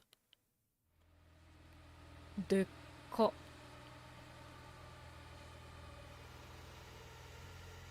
むわっと神社の中に強烈の一周が広がる。とっさに口元を手で覆ってしまうほどだった。たくさんの汗を吸った体操着を学校に忘れちゃった時、体操着袋越しでもわかる嫌な匂いがしたけど、あんなもんじゃない。あれをもっともっと煮詰めたみたいな、長い間体を洗っていない不潔な匂いが夢ぬら様からは漂っていた。しかもそれだけじゃない。夢ぬら様の大きな口からは生肉を食べた生臭い口臭が発せられている。その口臭と体臭が混ざり合ってこんな匂いになってるんだ。でもそれ以上に夢ぬら様の大きさにびっくりした。手鏡を使ってたせいで鏡の中にいるときはそこまで大きく感じてなかったけど、こうして目の前まで来ると見上げるほど大きい。昔動物園で見た大きなクマを思い出した。あのクマと目の前で向かい合ったらこんな気分になるのかもしれない。この大きな体と口があれば僕の頭を食べるのはきっと簡単だろう。そう思うと夢ぬら様の不気味な見かけとは別にして、単純にその大きさにも僕は恐怖を感じていた。おじいさんからは神様と聞いていたけど、もっと綺麗で神々しいのを想像してた。でも、目の前に現れた夢の浦様は想像してたのと真逆だった。ボロボロで真っ黒な和装と羽織に、ボサボサで長い髪とひげ、不気味にギョロギョロした大きな目玉に大きな口。これが本当に神様？怖さと驚きで立ちすくんでいると、夢ぬら様の大きな手が僕の持っている最後の鶏肉に逃された。そして、その大きな口に鶏肉を放り込むと、くちゃくちゃと生々しい咀嚼音が神社の中に響き渡った。先生やお母さんに怒られるのとはわけが違う。今までに感じたことのない怖さに僕の体は震えが止まらなかった。逃げたい。叫び声を上げながら逃げ出してしまいたい。でも、逃げない。逃げちゃダメなんだ。エスカちゃんを助けなきゃ。エスカちゃんを助けなくては。助けられるのは僕しかいない。お願いするために最後の手順。僕は鶏肉を食べ終わった夢ぬら様に向けておじいさんから聞いた文言を唱えた。アムゴアシ。夢ぬら様は何も言わない。ぼーっと焦点の合わないギョロギョロの目で宙を眺めている。あれ、もしかして文言を間違えたかな。僕はおろおろととどまっていると、次の瞬間、夢ぬら様は地を這うように低くしゃがれた声を出た。おお。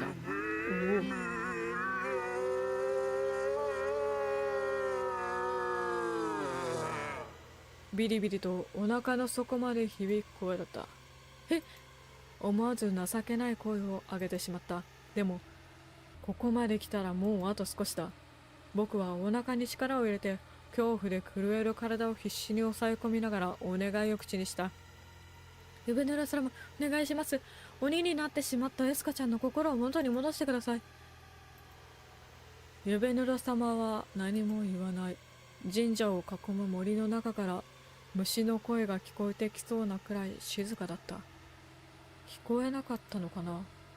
もしかして何か手順を間違えてたとか。不安をかき消すように僕はもう一度お願いを口にした。お願いします。僕のお願いを叶えてください。夢ぬら様はぼーっと宙を見つめて、そのギョロギョロの目をぐるりと僕に向けた。そしてその大きな口をさらに開けた。ボーラノデア。なんて言っているのかよくわからない。何か口の中にあるみたいだけど、よく見るとそれは大きな舌だった。あまりに大きいから肉の塊は口に詰めてるみたいに見える。きっとそのせいで何を言っているのかよくわからないんだ。ボーなんて。すると夢ぬら様はくるりと後ろを向いてご神教の中に戻っていった。え、待って、待ってください。手を伸ばしたけど、当然のように僕の指先はご神教の表面にぶつかるだけだった。いつの間にか最初からそこには何もいなかったみたいに、夢布様の姿も鏡の中からふっと消えていた。夢布様は何て言ったんだろう。ボーアノデア。僕は夢布様の言葉を頭の中で繰り返す。ボーオラノデア。もうおらんのでな。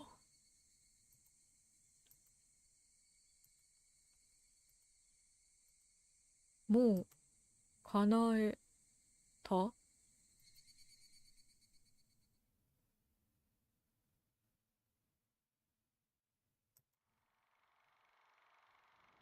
お、お、前半が終わりました。ここから後半になりますね。ちょっと水飲みます。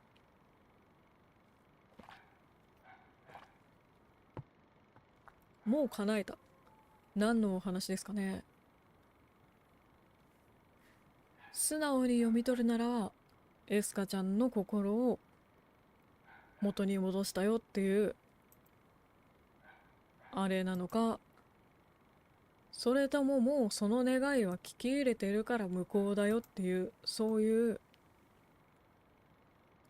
感じなのか、謎ですね。では後半やっていきましょうか。ゆべぬろぼ。いきます。スタートです。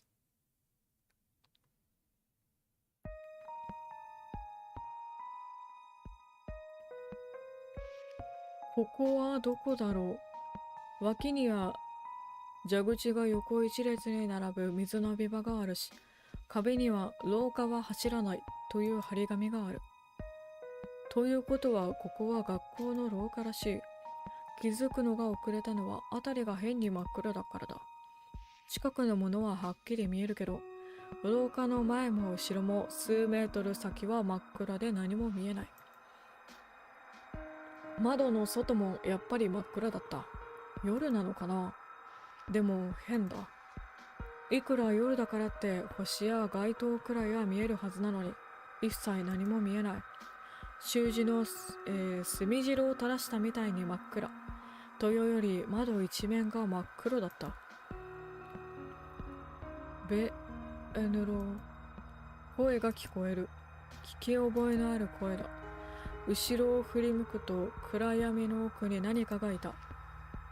ベエヌロ、あの声だ。ユベヌロ様の声だ。お、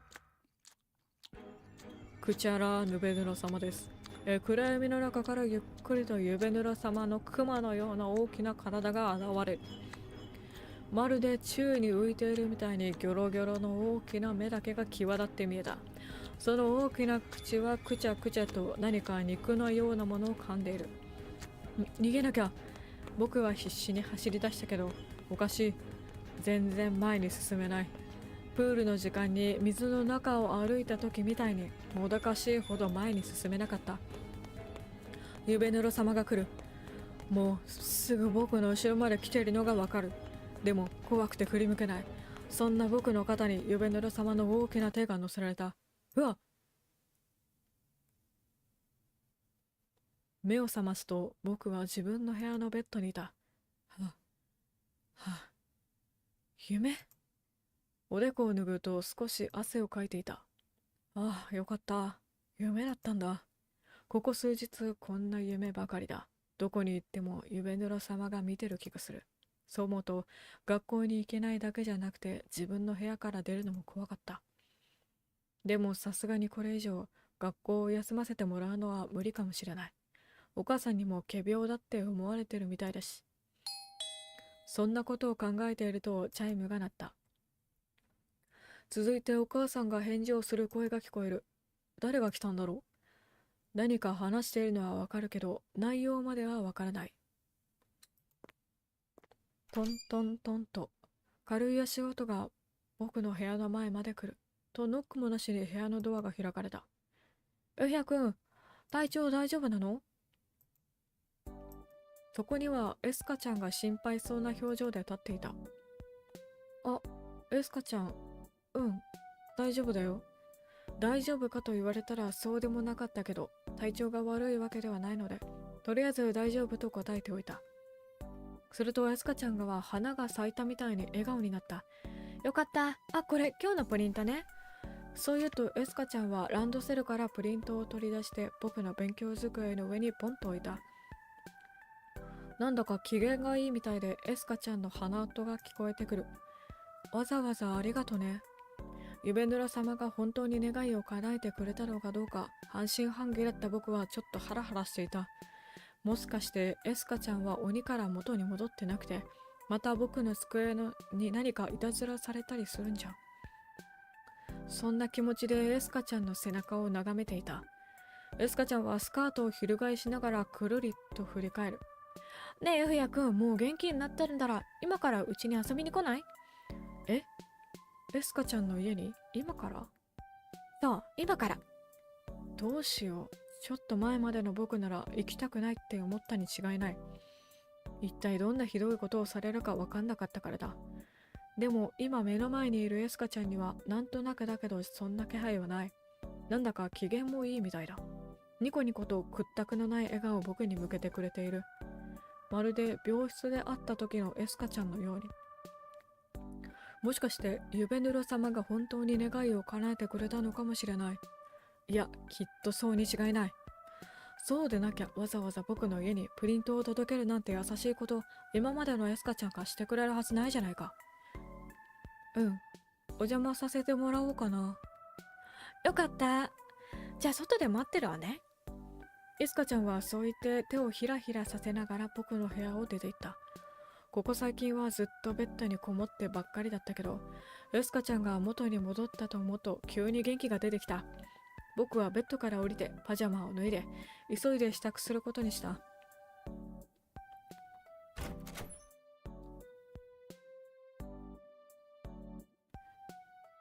ただいまー。エスカちゃんが元気よく扉を開くと甘くていい匂いがした。クッキーでも焼いてるのかな。玄関も広かったし、絵や置物が飾ってあるし、エスカちゃんのお家はお金持ちなのかもしれない。あら、エフヤくん遊びに来てくれたの？いらっしゃい。そう言って微笑むエスカちゃんのお母さんは病院で会った時よりも少しやつれて見えた。目の下にもクマができてる。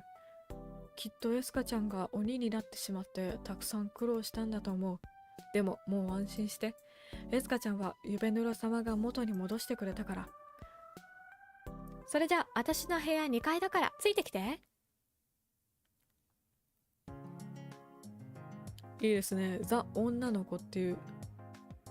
バイオリンでもやってるのかな。案内されたエスカちゃんの部屋はとても女の子らしい部屋だった。カーテンはヒラヒラしていて、ベッドやクッションは可愛らしいピンク色だ。ベッドにはクマやヒヨコのぬいぐるみが添えられている。部屋の真ん中に置いてあるテーブルは花の形をしていて、背もたれ代わりのクッションも花の形だ。わあ、すごい。かわいいお部屋だね。そうでしょ。エスカちゃんの部屋はエスカちゃんは部屋に見惚れている僕の脇を通り抜けると、ランドセルを下ろして学習机の枠にかける。棚に並んでいるあれは何なの？漫画じゃないみたいだけど。ああ、これ？エスカちゃんが棚から抜き出したのは絵本だった。エスカちゃんは次々と絵本を取り出して机の上に床の上に並べていく。ネズミだったり猫だったり芋虫だったり、絵本独特のタッチで描かれていた生き物、いろんな生き物がそれぞれの表紙を飾っていた。ほら、座っていいよ。差し出された花のクッションに腰を下ろす。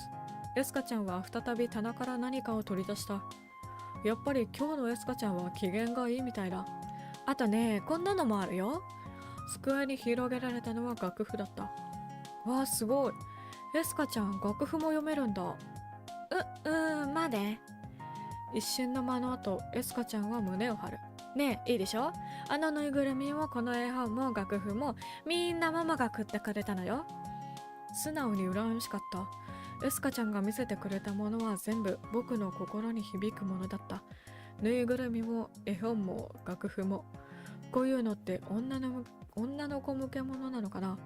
男の僕が羨ましがるなんて変なのかな。いいなあ。うちのお母さんなんてお菓子もめったに買ってくれないのに。そう言うとエスカちゃんはお日様みたいに満面の笑顔になった。ねえねえ、アルバムも見て。エスカちゃんは机の下の段からアルバムを取り出して床に広げる。これはね、パパとママと一緒に温泉に行った時の写真。あ、これは遊園地ね。楽しかったな。わあ、いいな。もしかしたら僕もこうやっていろんなとこに連れて行ってもらえたのかもしれないけど、思い出せない。いや、そもそもそんな記憶は最初からないのかもしれない。記憶が戻ったわけじゃないけど、今までお母さんと過ごしてきて、なんとなくそんな気がした。あれ？エスカちゃんがめくるアルバムを見ながらふと思った。エスカちゃん、病院で行ってたよね。え？何を？僕が記憶をなくす前から僕はエスカちゃんが仲良しだって。うん、そうよ。なのにアルバムに僕と写ってる写真が一枚もないね。何言ってるのよ、あんたカメラ嫌いだったじゃない。あ、そうだったんだ。もうまだ思い出せないのね。ちょっと困った風な表情でエスカちゃんは笑ってみせた。あとね、最近これも買ってもらったの。そう言ってエスカちゃんが本棚から取り出したのは最近アニメ化もされた大人気の漫画だった。関数もそこそこ出てるから僕のお小遣いで買い揃えるのは難しかったやつだ。読ませて欲しかったけどエスカちゃんが読み始めてしまったので相談できない。エスカちゃんは僕にいろいろと見せるのはもう満足したみたいですっかり漫画に集中してしまっている。どうしよう、急に暇になっちゃったな。何をしよう。選択肢ですね。ここでセーブをします。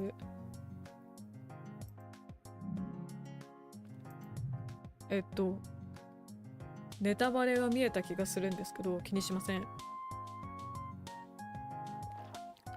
どうしようかな。じゃあトイレ行こう。人ん家来てトイレ行こう。やすかちゃん、トイレ借りていいかな。うん。目が離せないみたいでエスカちゃんは漫画に視線を落としたままそっけなく答える。1階のどこがトイレか聞いておきたかったけどエスカちゃんは集中しているみたいだから邪魔するのも悪いかな。きっと行けばなんとなくわかるだろう。僕は1階に降りるとキョロキョロと見渡してトイレらしきドアを探してみる。ふと目についた半開きの襖が気になった。中は和室になっているみたいで奥に畳が見える。気になったのは襖に血のような跡がを見つけたからだ。最初は襖の模様かと思ったけどやっぱり見れば見るほど血の跡に見える。何か血のついたものをコツンと当ててしまったみたいな、そんな血の跡だった。人の家を勝手に見て回るものじゃないけどどうしても気になった僕は襖を開けて中に入ってみる。畳の上に点々と赤いシミが続いていた。一度血が垂れて拭き取ったみたいなシミがかかった。そのシミは奥の押し入れに向かっている。嫌な予感がする。見なかったことにしてその場を去った方がいいのかもしれない。でも僕は中を確かめずにはいられなかった。ゆっくりと一度深呼吸をする。そして一気に押し入れを開いた。そこには古いミシンやこたつ用の布団が丸めて押し込まれているだけの普通の押し入れだった。唯一違ったのはその壁にべっとりと血がついた金属バットが立てかけている点だった。血はまだ乾いていないみたいだった。ということは少し前に誰かがこのバットで。何してんの？背後からエスカちゃんの低い声がした。振り向く間もなく重く硬いものを殴られたみたいな強い衝撃が僕の後頭部に走った。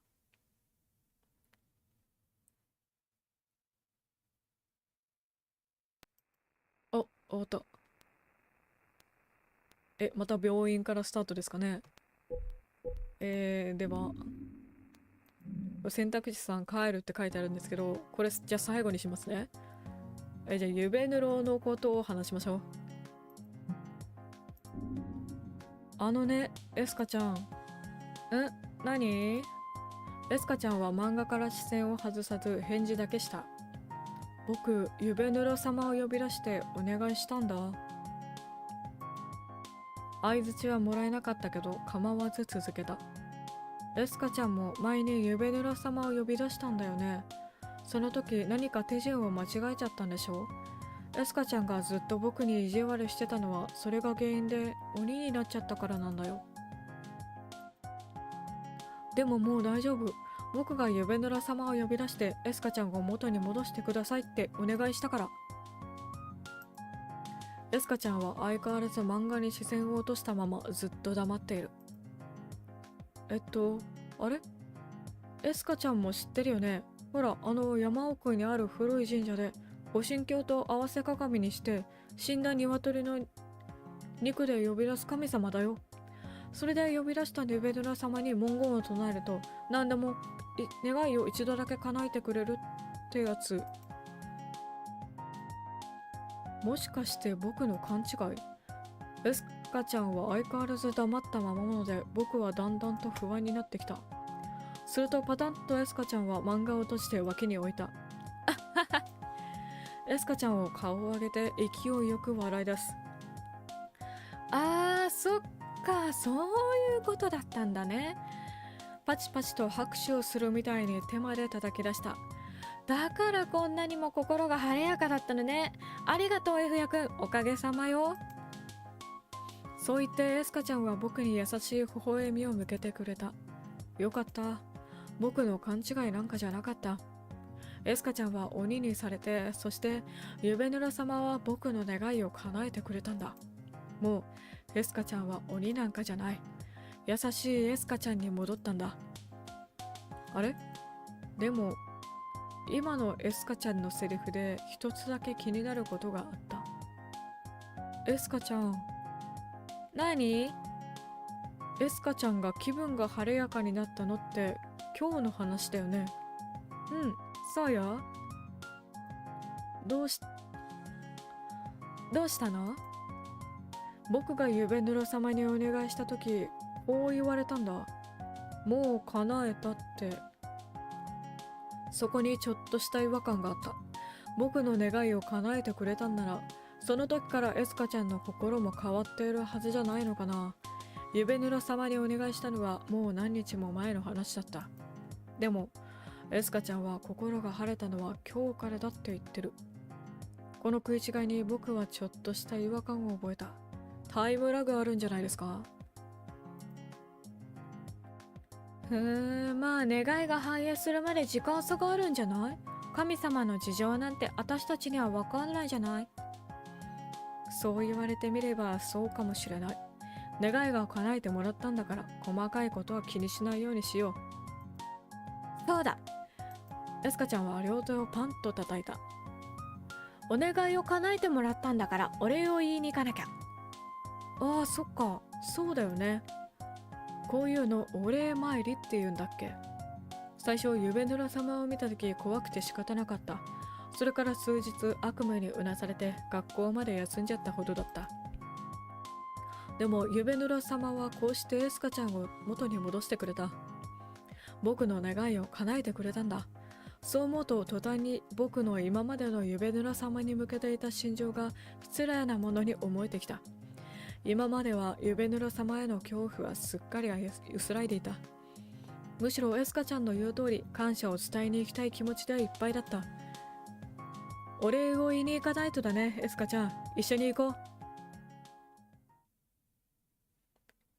大間が時まではまだ時間があったので、その間に僕たちは鶏肉を調達することにした。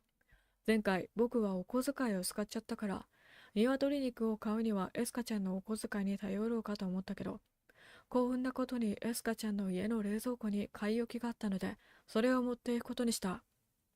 今晩の夕飯では、手鏡の方はエスカちゃんのママから借りることができた。そして日が沈みかけた頃、僕たちは神社がある山のふもとまでやってきた。獣道はどこだっけ？一度入ったばっかりだったからすぐ見つかるかと思ったけど、意外と苦労した。まるで迷彩服を着て森に隠れる軍人さんを見つけるみたいに難しい。あれ本当に難しいです。あった。多分これだ。僕はエスカちゃんを手招きして山に入った。エスカちゃんははぐれないように、僕はエスカちゃんの手を引いて獣道を登る。この前一人で来た時、道順を思い出しながら進むのは大変だったけど、一度通ったことがあるので、格段に進みやすかった。実物を見ながら道順をなぞったから、記憶にもしっかり定着している。何より合っているかどうか常に不安なまま進むより精神的にも楽だった。ねえ。ずっと黙って僕に手を引かれていたエスカちゃんが久しぶりに口を開いた。ユベヌラ様にお願いする時の最後の文言ってどんなのだったの？あれ？言ってなかったっけ？アムゴワシだよ。どういう意味なの？ごめん、そこまではわかんないや。ダメじゃない。お願いするのに意味も知ってないと心がこもらないでしょ。ああ、それは、確かに言われてみれば、ユベヌラ様に対して失礼な話だったかもしれない。こんなことならおじいさんに意味まで聞いておけばよかった。もうそんな顔しないの。冗談よ、本当に真面目なんだから。そう言ってエスカちゃんはクスクスと笑った。ちょっと意地悪だったけど、今までとは違う気持ちのいい意地悪だった。そんな他愛のない話をしていると、ようやく鳥居が見えてきた。やっぱり何度来ても雰囲気がある。風にざわざわと揺れる木々が周りを囲っているおかげで、夕日もあんまりここには届かなくて、階段の奥にポツンと立つ神社は薄暗くて不気味だった。前回はよく一人でここまで来れたな。きっとエスカちゃんを救いたかったからこそ逃げずに踏み込めたんだと思う。ちらりと隣を見るとエスカちゃんはニコニコと楽しそうな笑顔を浮かべている。そして小走りで神社の中に向かっていったので、僕は後に続いた。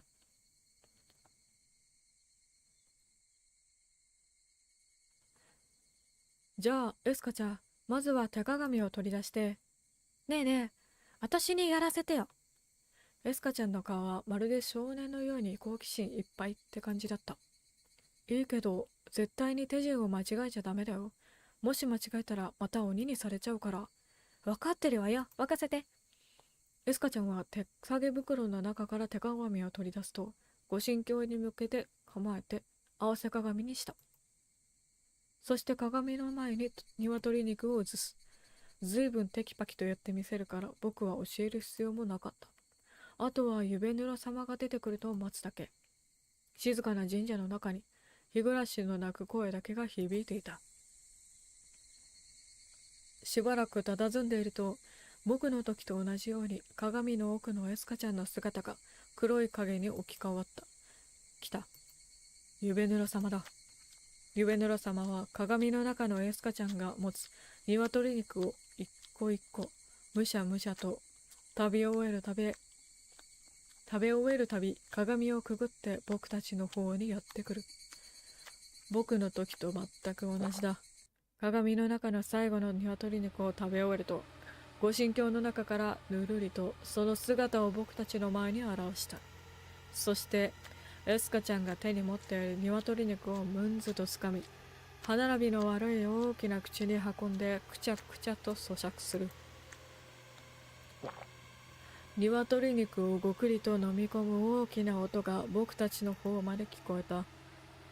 その焦点の合ってないギョロギョロとした目玉をじっと宙を眺めている。そんなユベヌラ様にエスカちゃんはお辞儀する。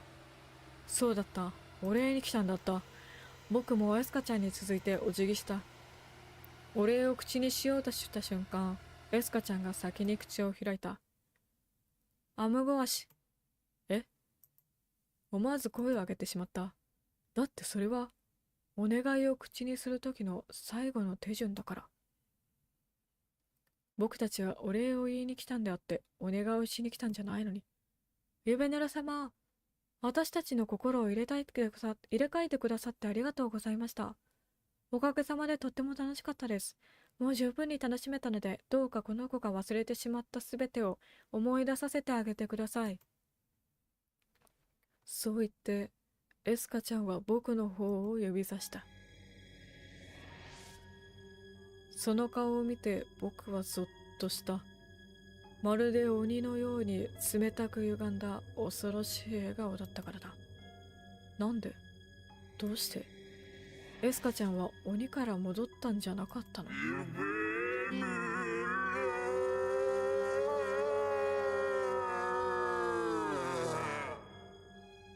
ビリビリとユベヌラ様の低い声が僕のお腹に響く。次の瞬間、僕はひどい頭痛に追われた。あまりの痛さに呼吸もままならない。立っていられなくて思わず膝をついて頭を抱えるほどの痛みだった。僕は涙を目に浮かべながら救いを求めるようにエスカちゃんを見上げる。でもそこにはニヤニヤと僕を見下ろす鬼のような笑顔があるだけだった。怖い。嫌だ。助けて。誰か助けて。恐怖が痛みを上回ったおかげか、僕は何とか立ち上がって神社から飛び出すことができた。後ろを振り返るとエスカちゃんが鬼の笑顔を浮かべたまま追いかけてくるのが見えた。僕は叫びながら登ってきた獣道を全力で駆け上げる。辺りはすっかり暗くなっていたせいか、僕は木の根っこに足を取られ、茂みに突っ込んでしまった。急にふっと体が軽くなった気がした。一瞬だけど、まるで宙に浮いたみたいな感覚。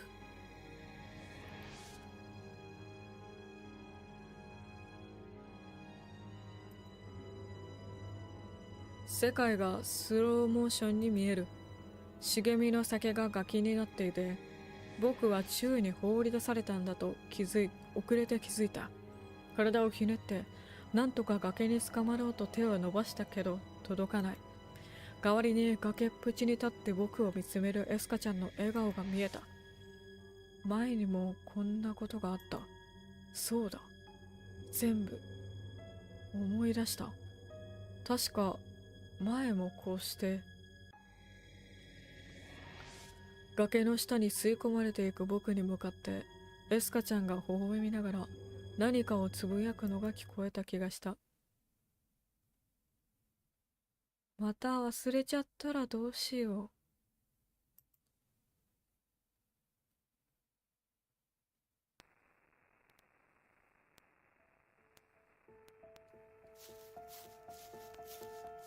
何してんだあいつ。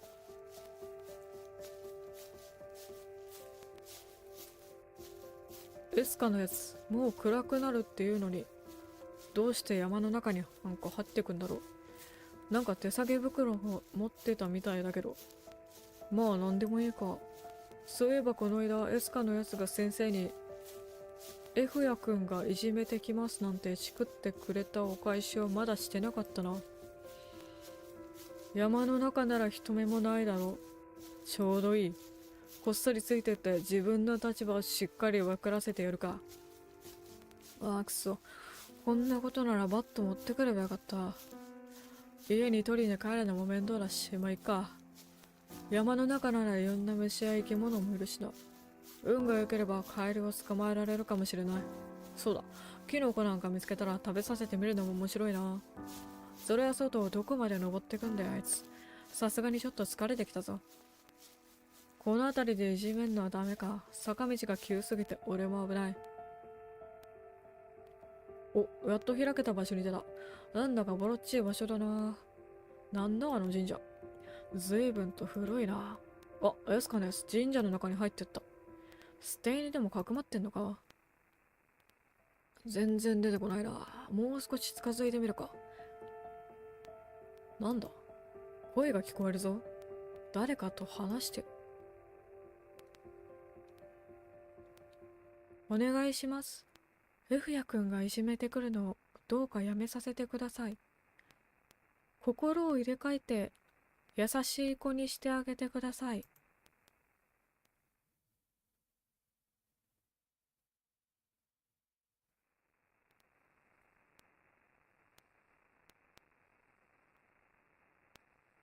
なるほどね。見えてきましたね。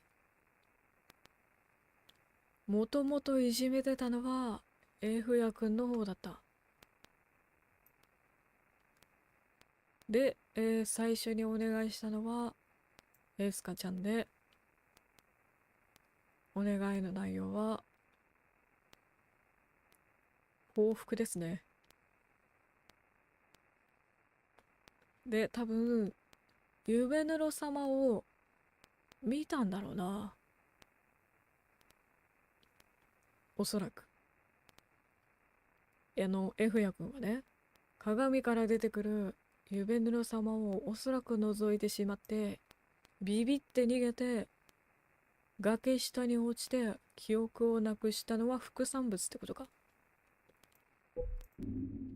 で、最後の選択肢、あ、間違えた。続きからですね。最後の選択肢、帰るですね。このエンディングを見た後に、最後のエンディング見るのもちょっと趣があってよろしいのではないか。なるほどな。そりゃあなるかって感じですね。じゃあ帰ります。エスカちゃんはすっかり漫画に集中しているみたいだ。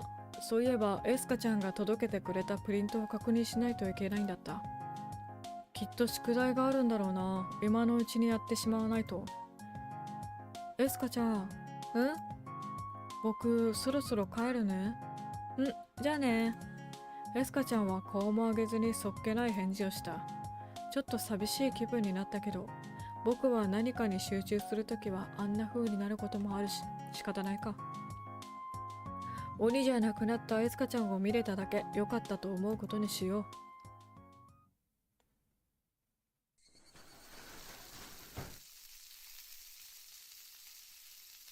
ただいま。玄関をくぐると何か揚げ物をする音が台所から聞こえてくる。今日の晩ご飯はきっとコロッケだ。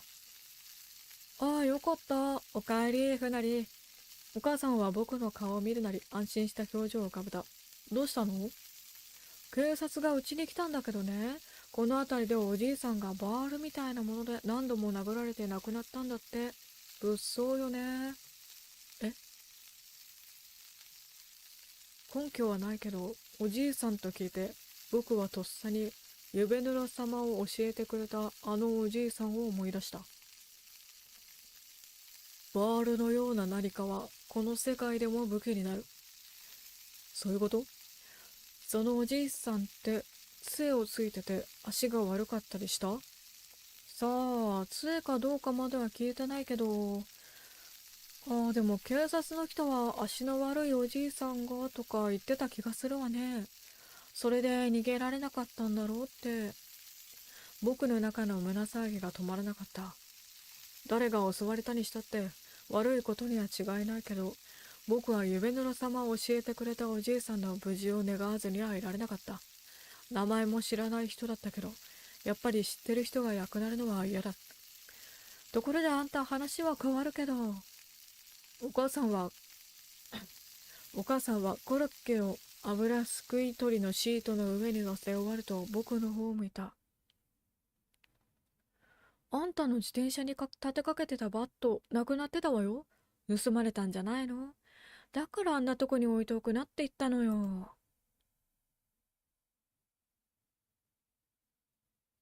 バット。え、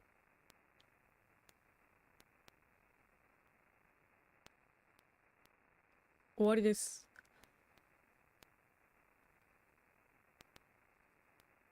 なんとなくわかったぞ。おそらく時系列的には、3のファイルを選んだ選択肢、バットがなくなっていて、で、その次の何でしたっけ？トイレを借りる？一番最初のトイレを借りるの選択で、そのバットがエスカちゃんの家の中にある。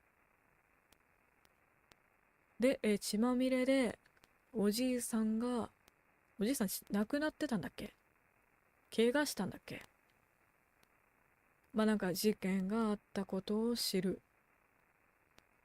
なるほどね。で、その犯人はって話になるんだよね。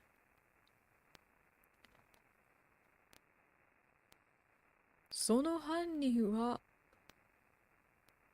エスカちゃん？この辺はちょっとわからないね。多分これで、そう。これで、ゆべぬろは完結なんですよ。なるほどな。すべてがすっきりするわけではないんですね。あの後どうなったかっていうのはまた気になるところですね。街道でもそうだったんですけど、その後日談っていうのが気になって、街道でもね、えー、池原さんだっけ、女の人が結局笑い笑い上戸みたいな感じになってしまって、でその後主人公は引っ越したのかどうかっていう話ですね。で今回も、F ヤくんが崖から落ちて記憶を取り戻しているのか、また記憶を失ってまた最初からやり直しなのか、そういうね、2つのルート選択がある感じの終わり方になってますね。いやでもね、面白かったですね。いや実はね、サムネを書いている時にですね、キテレツ相談ダイヤルの方のお話をちらっとね、思い返しながら、確か鏡を合わせてそっから出てくる神様の話だったなという記憶だけで書いてたので、だいたい合っててよかったですね。意外となんかでかかったです。というわけで、ゆべぬろ様、お試しの際はお気をつけください。というわけで、本日の、会話のお時間は、ここまでとさせていただきます。次回第3話、顔なしこけしと、どういったお話なんでしょうかね。でね、次回は、サムネが出来上がり次第やっていきます。週1でできたらいいなっていう今の時点での計画ではあります。はい、というわけで、明日の配信があるかどうかは明日の僕次第という形で、いつも通りお願いします。配信がある時はね、YouTube の方の投稿、あと X の方でも告知させていただきますので、そちらの方のチェックをお願いします。でね、今回初めて見てくださった方はよければ前回の回答ね、こっちもね、面白い話でしたので、よければこちらの方のアーカイブもよろしくお願いします。アーカイブはね、なん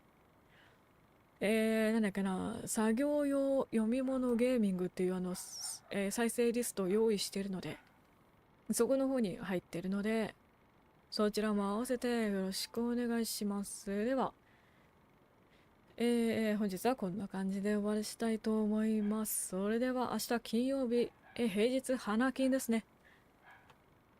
気張りすぎないようにやっていきましょう。それでは、また次回。またね。おつろく。